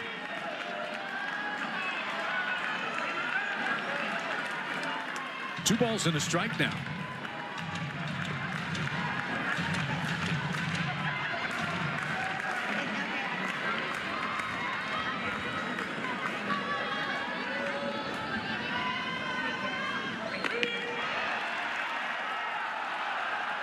You can hear the Sooner fans unhappy about that call, as is Coach Gasso.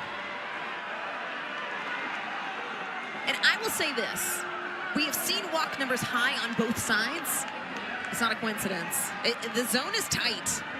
And I mean, I feel like when you're seeing those high walk numbers, that's a big time off speed pitch from Landry in the 3-1 count. But there's a common denominator when you got high walk numbers. That's spoken like a pitcher, but indeed it is. There is a common denominator when you got high walk numbers like we've seen tonight. Lifted into right center field. Long run, but Pickering is able to reach it, and the inning is over. A base hit and a runner left by the Lady Volunteers. We're tied at 2, headed to the bottom of the 6th. The first of their 3. SEC with 11 teams in the top 25, 4 of the top 5 nationally. And Oklahoma on top, 8-1 coming into the night.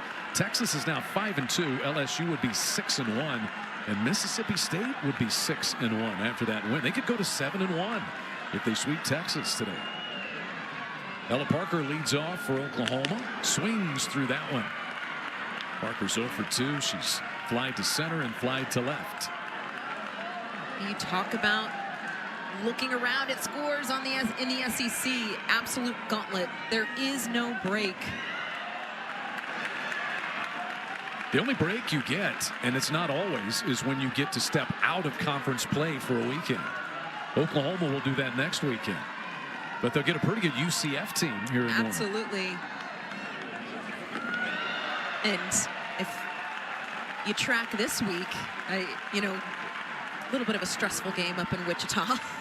So, I mean, it's just never ending. And I think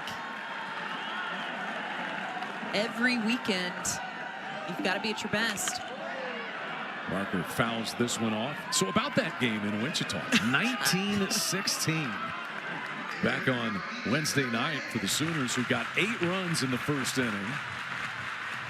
And Wichita State started hitting home runs. The night got late, and Oklahoma was able to get out of, not Dodge, but another city in Kansas, Wichita, with a 3-run victory, 19-16. As Pickens retires Ella Parker to start the 6th. I'm impressed with your Kansas geography, Chad. Let's see, Dodge, West, and Wichita, kind of south central in the state of Kansas. Pickens has been very good, with the exception of the home run to Dayton in the 5th. That is one of 2 base runners that she has allowed since taking over in the 3rd for Marjetko, who started tonight. Sydney Sanders is 0 for 2. And one thing this Tennessee pitching staff has done well, just in general, if you go back and you look, they've handled the middle part of this lineup very well. Garcia had the sac fly, but she also grounded into a 6-4-3 double play with runners in scoring position back in the 1st. Ella Parker, an 0 for 9 so far, something that is atypical. Sydney Sanders has not reached base yet here tonight. So Tennessee pitching has handled the meat of the Sooner lineup very well, and you know, that's why we're knotted at 2. 2-1 now on Sid Sanders.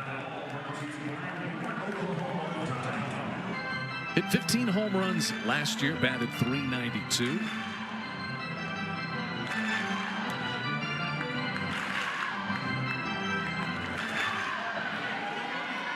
Such patience from Sydney Sanders as she takes the 2-1. And Tatum Stolte hearing it a little bit from the Tennessee dugout on that one. Not too much.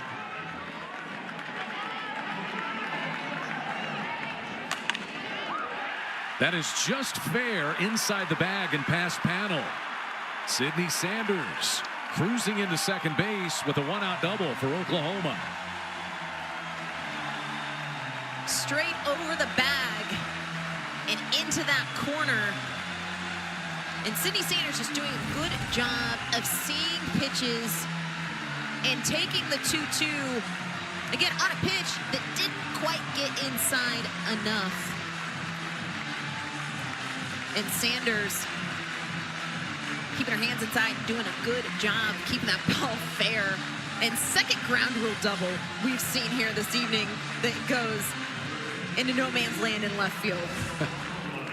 That is double number 6 on the year for Sanders, and she will be run for at second base by Tia Malloy, who's the potential go-ahead run. We can talk about all the ties. As big as the softball community is, it's also a very small world. And Kiki Malloy in the house here this evening. Big part of Tennessee's 2 SEC championship runs. And that's a player that Karen Weekly called a generational leader, what she did for this Tennessee program. There you see Tia out there at second base. I believe we saw Kiki in that. She's got to be in the house watching, yes, right? Yes, absolutely. I got a feeling. I'm told they're trying to find her. We saw her before the game, but haven't been able to locate her since. Hunt for some orange. She was actually wearing a gray hoodie. Probably surrounded by some orange. Big hack here by Ilana Agbayani. Oklahoma with the potential go-ahead run in scoring position.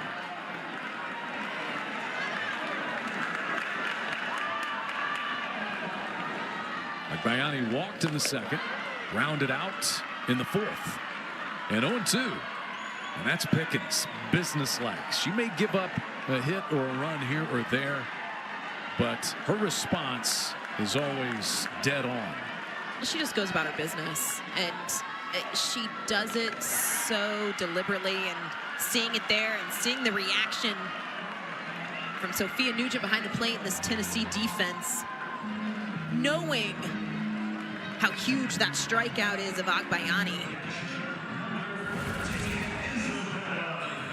But just taking this pitch and running it inside with the drop ball, and again, just twisting Agbayani up on the inner half.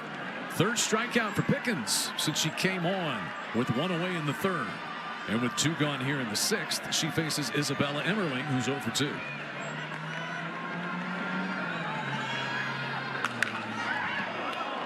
And the count quickly to 0-2. Look out over there, Hannah Core in the on-deck circle.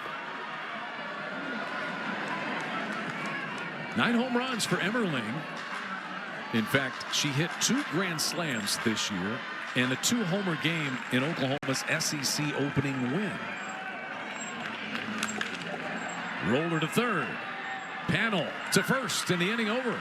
A double by Sid Sanders, but the Sooners lead one in the 6th inning, and we remain tied at 2 on SEC Network Plus. And just coming out hacking and being aggressive in the box, but Sooner defense finding a way to keep runners off the base paths.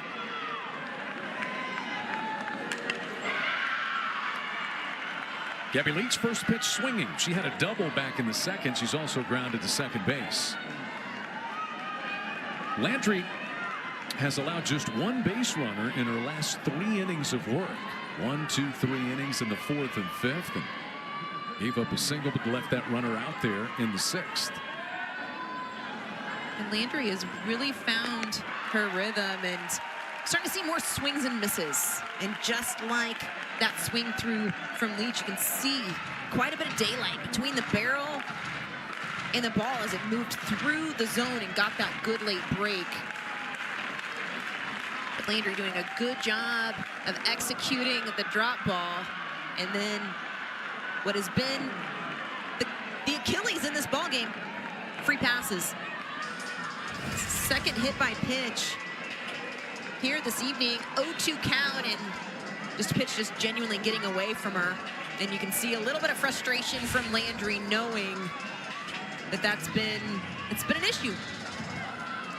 So as you said, that's 2 hit by pitches, 2 walks, and the previous batter hit by pitch was Ella Dodge in the second. She came in to score on the home run by Doyle. And here, if you're Tennessee, Leach, the 9-hole hitter, rolling this lineup back over here deep in this ball game to Morgan, with an opportunity for the top half of this lineup to get some things done. Zoe Schuler is over there running at first base for Leach.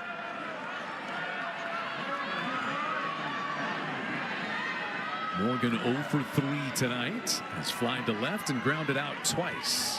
Tennessee with a chance to go on top. Leadoff runner aboard to start the 7th.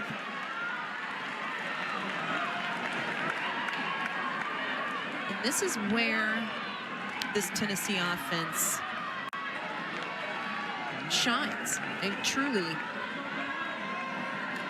early base runners, aggressive leads.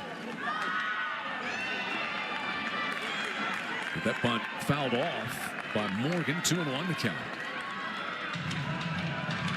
Using the short game and really utilizing the strengths that the top half of this lineup has in Morgan and Fielder, both lefties.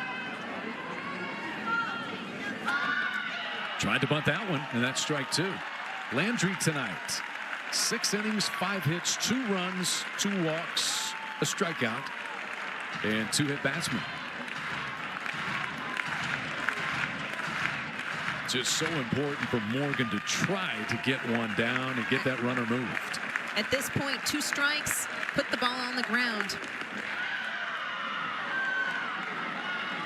We saw the attempt at the bunt, and again, top of the 7th inning, finding a way to move your runners, and now Morgan gonna need to do it with the stick, seeing her go to the slap. It'll stay 2-2. The Sooners sticking with that defensive shift against Morgan.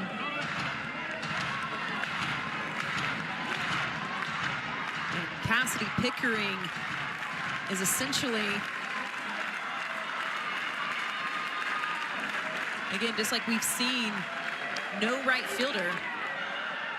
Chopper out in front. The throw will go to second. It is scooped up out there by Abby Dayton, the left fielder, who's on the infield with that shift.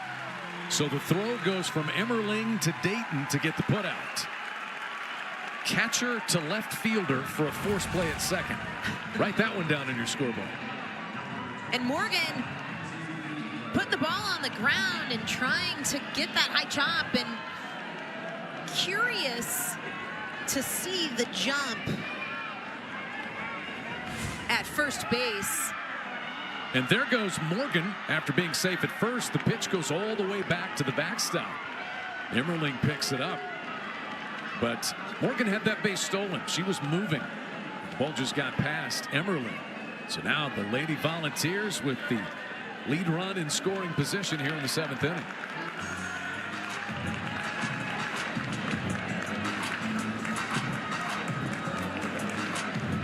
Coach Gasso out of the dugout for a moment, but you can kind of see Oklahoma is challenging the runner at first. Left early. The call on the field is that she did not leave early. So the call is stolen base for Morgan, and Patty Gasso challenging that she left the base early.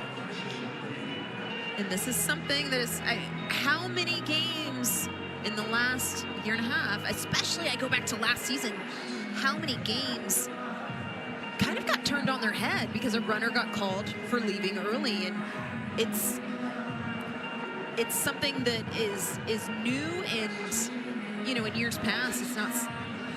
It was either you were caught or you weren't, and now the opportunity to challenge. And let's take a closer look at it. You're saying you might could have gotten away with it in years past. Absolutely.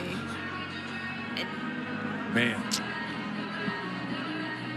the tough part, if you're Tennessee watching, if you're a Tennessee fan watching, is it was a pass ball, right? So the stolen base would have been, the jump would have been irrelevant because the pitch got away. And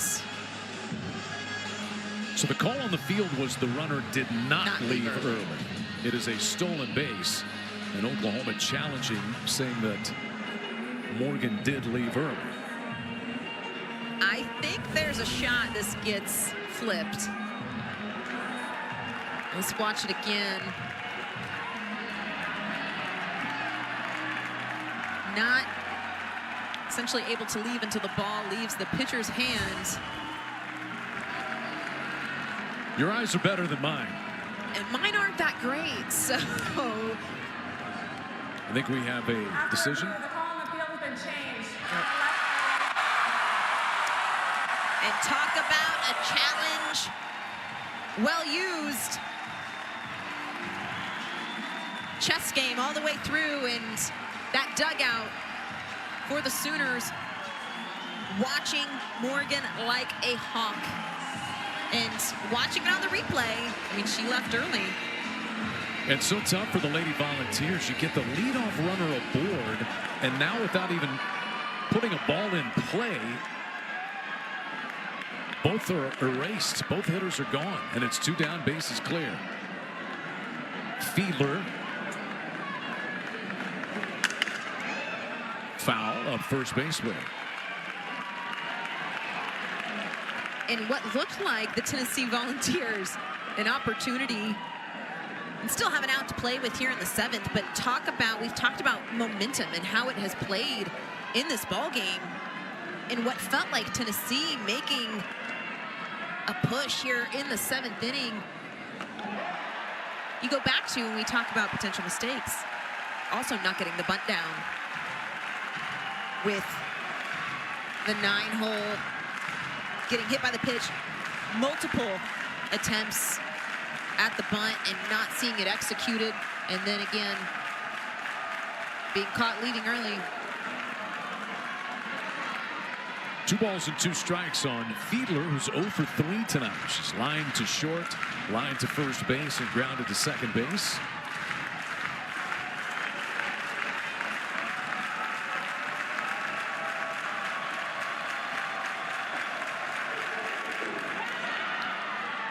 And a full count. I'm going to say the word again of momentum. For Landry, getting a couple gifts. I mean, if we're being completely honest, getting a couple quick outs after giving a free pass to start this inning. Big pitch here, big at bat for Landry to get the Sooners back in the dugout and keep that momentum on the Sooner side.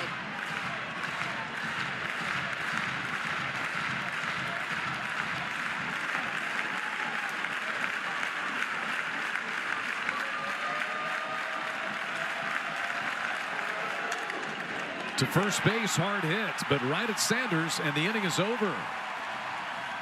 Lady Volunteers get a base runner, but have that runner called out for leaving the bag early at first base. And we're tied at 2, headed to the bottom of the 7th.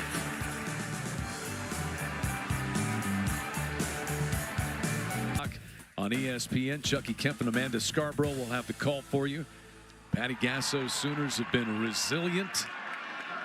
This young team has been unflinching. 11 come from behind wins this year. They trailed 2-0.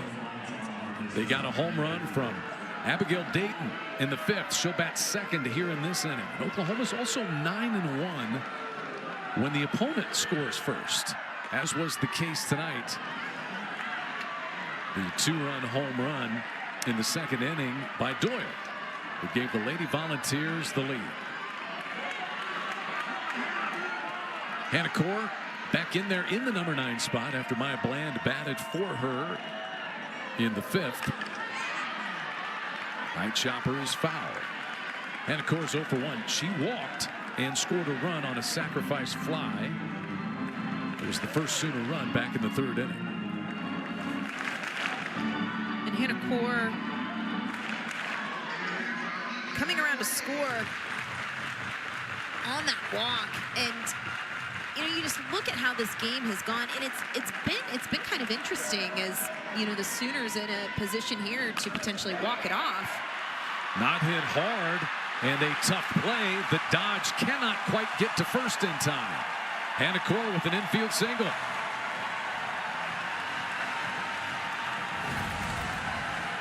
Finding a way, and that pitch was out of the zone, and Core went down and chased and just found just truly no man's land on the infield. And at this point, all you need is base runners. But it's been really interesting as this game has gone. Both of these teams, the story for both teams has been very similar. I feel like in the circle, offensively, we've seen good defense on both sides.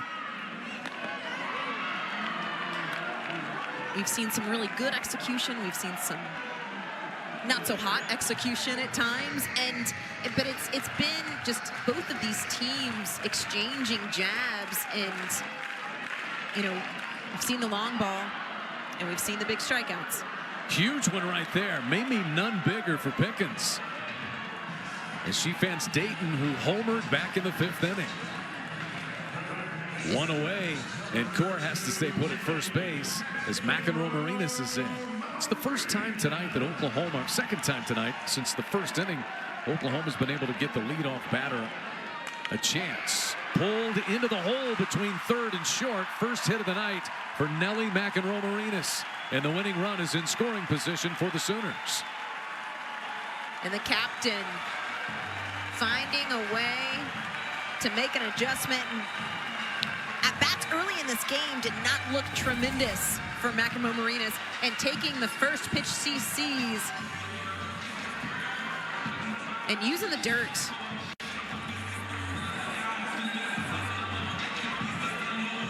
Sooners potentially a base hit away with the speed of Core at second from ending this ball game. 7 hits now for the Sooners. 2 hits in the inning. The leadoff infield single by Core, and 1 through the left side by McEnroe Marinas as Pickering takes a swing at the first pitch from Pickens.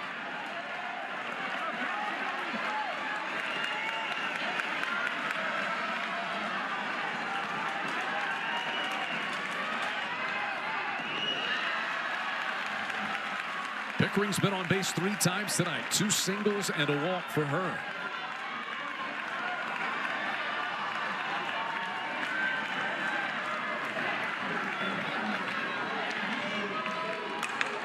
Ripped but foul.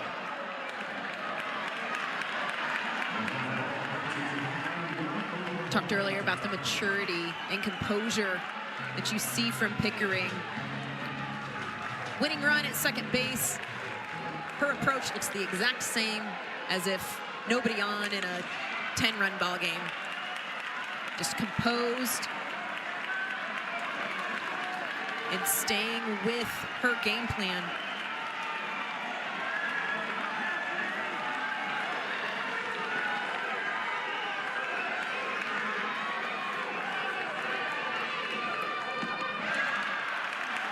That's a big take from Pickering. We have seen Pickens have a lot of success with that drop ball on the inner half and really tying up these hitters.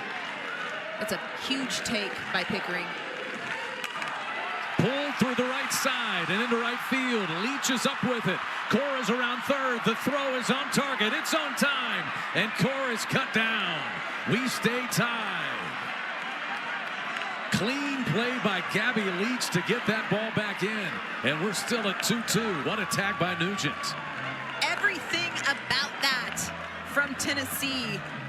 Hannah Leach out in right field being challenged. Coach Gasso was sending Core the entire way.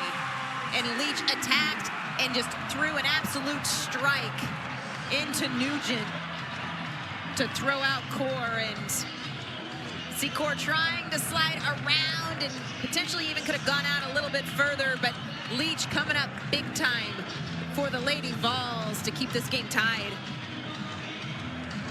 Look at the effort by Nugent back there. And the concentration to field that ball and still lunge to apply the tag. Everything about this ball game has had a postseason feel to it. We expected it, and take it all the way down to what would have been the winning run and just good softball. Cassidy Pickering is now 3 for 3. But as you said, the defense played both ways. It's been a lot of Oklahoma defense on the infield. There's been no bigger defensive play tonight than that throw by Gabby Leach.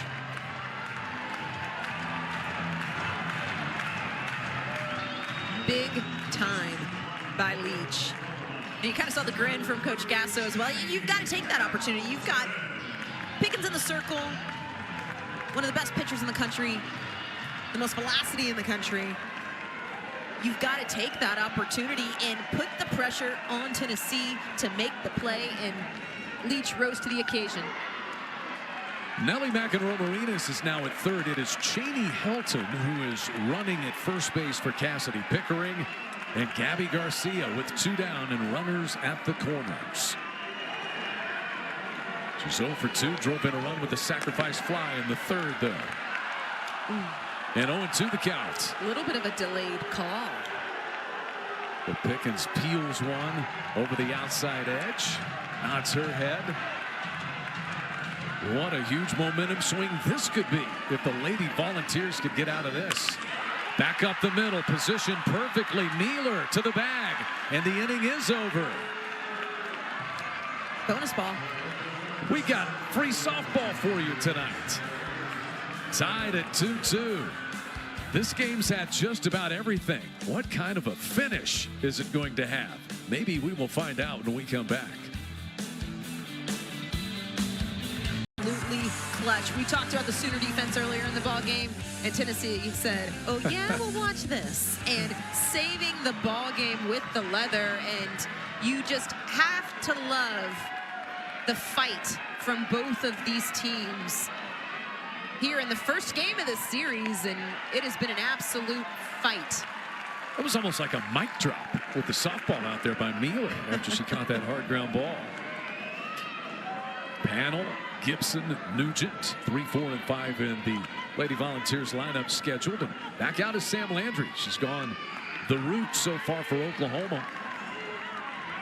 Well, and Mueller just positioned perfectly as well, and we've seen it on both sides of a couple of shifts and just moving players accordingly, and it's just been a chess game. So Landry tonight, 7 innings, 5 hits, 2 runs, 2 walks, a strikeout, couple of hit batters. And not that it's a huge factor, but she's been out there for now over 110 pitches, DJ. And also threw quite a few pitches up in Wichita earlier this week. This one foul into the bleachers down the right field line by Panel, who is 1 for 3 tonight. Panel singled in the first, fly to right field in the second, then lined out to the center fielder Core. Her last plate appearance in the 5th inning. We've talked about it being a pitcher's duel and just the competitor in Landry and Pickens as well. Game on the line. This atmosphere, you want the ball. And Landry's gotten better as this game has progressed. Pickens has been very good since she's entered the ball game. You know, this is the matchup I think softball fans wanted to and expected to see. And it took Landry a little while to get situated. Obviously, it took Pickens a little while to get into the game. But now here we are, extra innings with 2 of the best in the country in the circle.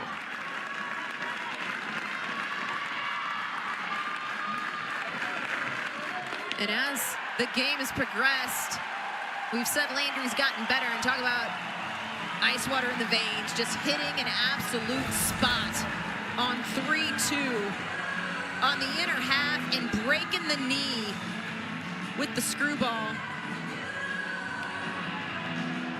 Big out to start the 8th. That is the 2nd strikeout tonight for Landry. Gibson did not hold up. They appealed down to Alex Leap, the umpire at first base. McKenna Gibson 0 for 2 with a walk in this game.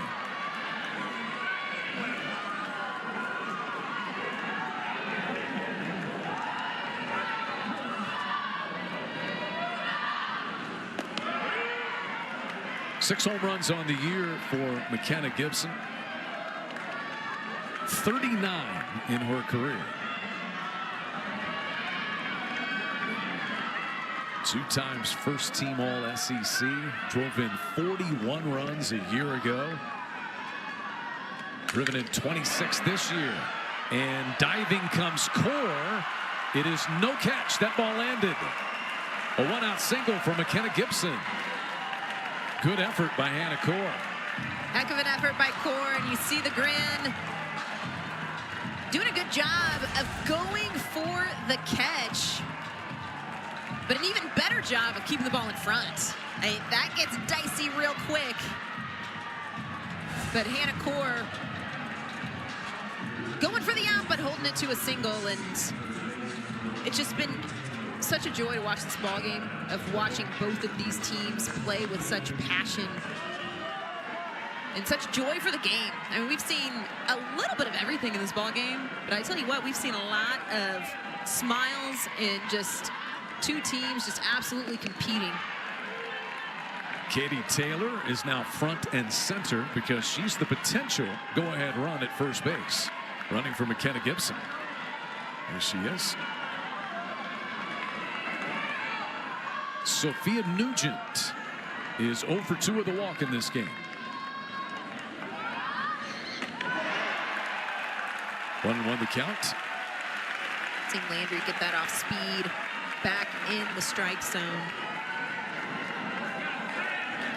Get Nugent off balance just a bit. Not allowing her to sit on one speed and get in rhythm.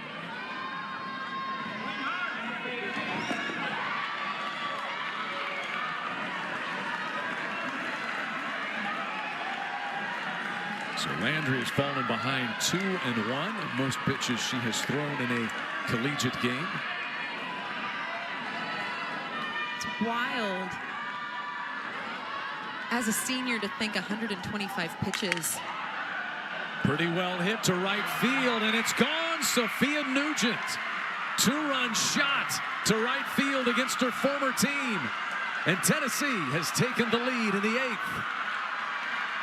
Talk about drawing it up. I mean, Sophia Nugent, the former Sooner, national champion in a Sooner uniform,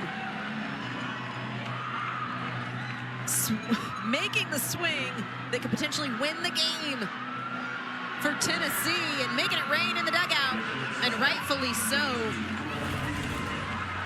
And taking this pitch, Oppo, and the pitch from Landry, you can see from her reaction, she knew it immediately. And not getting that pitch to a corner. All 4 Tennessee runs have scored on 2-run home runs. And in a game that has had 20 storylines, if Sophia Nugent's home run is the final chapter, I don't know that you could have written a more interesting opening act for this 3-game series.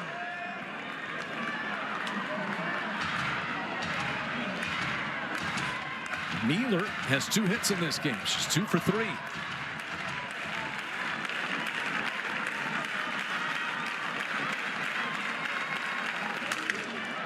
Into right center field. Core will not be able to reach it. It bangs off the wall. In fact, it hits so hard that Mealer has to hold it first with a hard single off the wall in center. That's her 3rd hit. She is banging them tonight. Yeah, Mealer seeing the ball well. Hannah Core doing a good job of playing the ball off the wall and holding Mealer to a single. But Tennessee, just as we were talking about Sam Landry hitting her career high in pitches thrown, and nearing 130 with this next pitch. Tennessee Volunteers starting to figure her out. These are snap throw in there by Emmerling. The tag applied by Sanders, and Mealer just able to get back.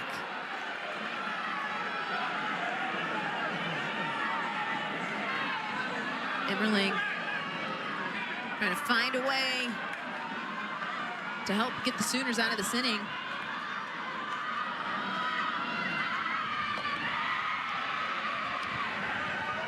You know, it's not just the momentum swings, it's the manner in which the momentum has swung so many times tonight. It's not like it's been bases loaded walks or easy ground balls to the pitcher that have shifted the momentum. It's been spectacular defensive plays and big time hitting. Yeah, this has been an absolute show. And you know, you look at this game, and this is the type of game that makes both of these teams so much better. And that's scary for the rest of the SEC. Iron sharpens iron, as Patty Gasso well knows. Her team has rallied from behind 11 times for wins this year. That's a wild stat. And, you know, to think about, I mean, up to this point, the Sooners have 1 loss on the season, the only team in Division I with still only 1 loss on the year. And knowing how many times this team has had to come back from a deficit. Ball 4 to Dodge. So 2 runs home on the home run by Nugent. Base hit by Mealer, walk to Dodge, still only 1 out. And here's Doyle, who hit the big home run in the 2nd inning. And very similar fashion as Coach Jen Rocha is on her way out to have a chat with the battery. Doyle's Beg home your pardon, run. it'll be Alana Leach who will bat here in the number 8 spot. And now, as you said, Jen Rocha out for a little conversation here with Landry. But going back to some runs being put on the board, for Tennessee, a lot of them are being followed by free passes. The free pass has kind of helped some of that momentum and the walk as you're going through the bottom part of this lineup and trying to keep this game for the Sooners in a place where they're still in striking distance to potentially get something done in the bottom half of the inning. 3 batters ago now. Sophia Nugent with Katie Taylor aboard, running for McKenna Gibson, and she leaves left field.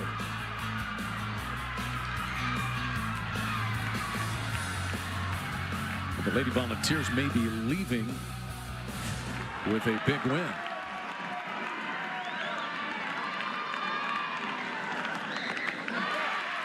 Big swing there.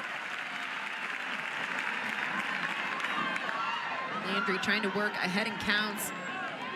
The defense for both of these teams has shined here tonight. Throw a ground ball, find a way to get yourself out of this inning and give this Sooner offense a chance.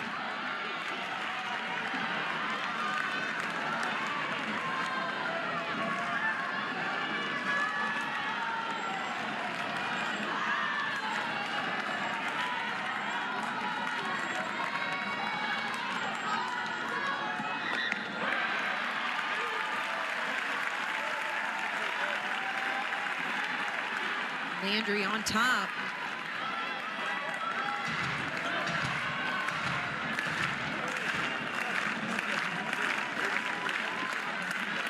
A ball and 2 strikes here to Leach. Just keeps the at-bat alive.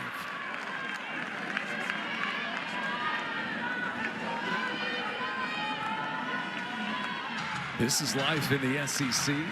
Not every game is like this, but many of them are. SEC games so far at Love's Field have been entertaining, to say the least.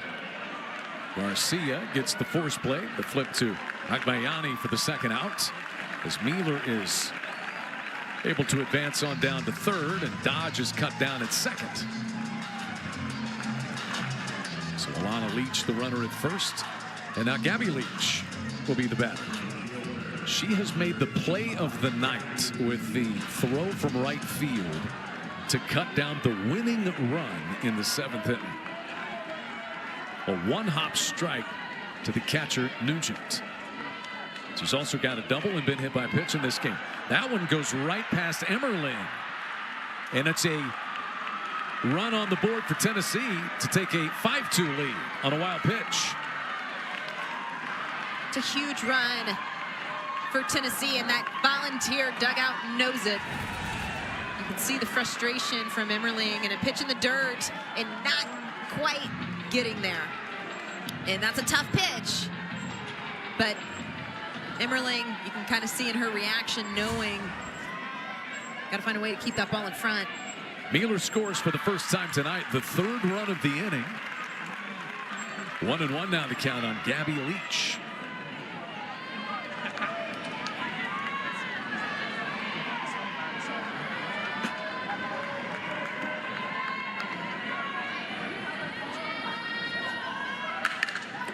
Hard hit ground ball, but Sanders is there, and the inning is over. 5-2.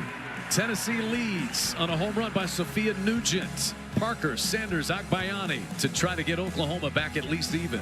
Potential to win this series opener, and coming through in the clutch have been the Lady Vols. That's Gabby Leach with Hannah Core trying to score the winning run for Oklahoma in the bottom of the 7th inning.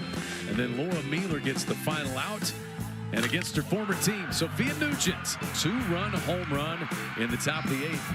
That is the difference right now, DJ. It is, and Sophia Nugent with the big swing of the bat. But if you go back to that 8th inning, the Tennessee defense is what sparked that rally. Getting out of the jam in the bottom of the 7th, saving the ball game defensively and pushing it to the 8th inning. That was what started that rally for the Tennessee Volunteers, and taking that momentum and riding it in to the dugout.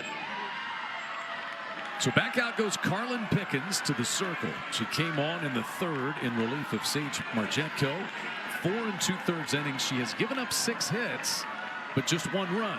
No walks and 4 strikeouts. And Ella Parker takes that one high. The count goes to 1-1. Ella Parker 0 for 3 tonight. A couple of fly ball outs and a ground out.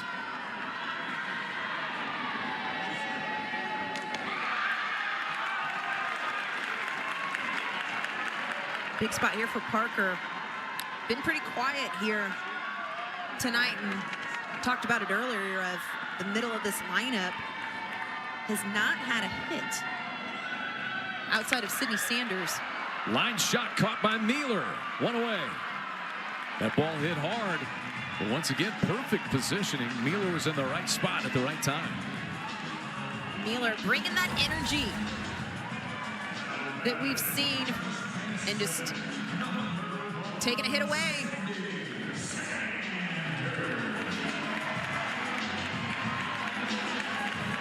Doing it with style, too. Spinning around, throwing the ball around. Yeah, had the mic drop on the ball. That final out in the 7th inning. A little flair. Sydney Sanders had a double back in the 6th inning. 1 for 3 tonight.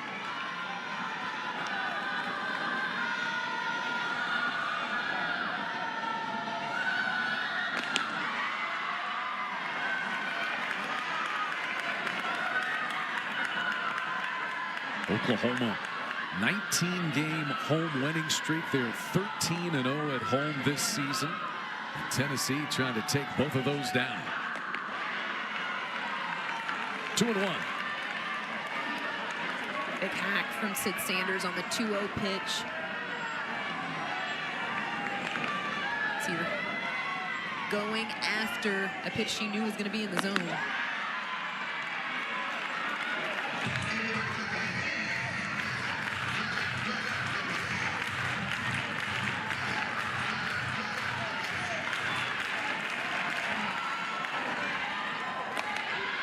Upstairs with that one. So now 3-2 on Sanders. Made so much about the 78.2 mile per hour fastball for Pickens on Monday. During the weekly said she gets the strikeout on Sanders. He said of Pickens, though, the best part is the publicity will create the opportunity for people to know more about the teammate and person that Carlin Pickens is. And you've seen it here tonight, and that's such high praise as she takes that rise ball and just works the ladder, and you could see the pitch sequence against Sid Sanders of throwing some rise balls through the zone and getting those swing throughs, and then just continuing to work the ladder up into the eyes. Great pitch sequence coming from Pickens. But it's really easy, especially with social media and all of the instant media that's out there, to get caught up in that. And that's something that Pickens is just showing her character. And Coach Weekly, that was the big piece of just what a tremendous teammate she is and a leader for this team in the way that she goes about her business. Bayani's 0 for 2 with the walk tonight. Pickens in position to pick up the win. Would be her 12th.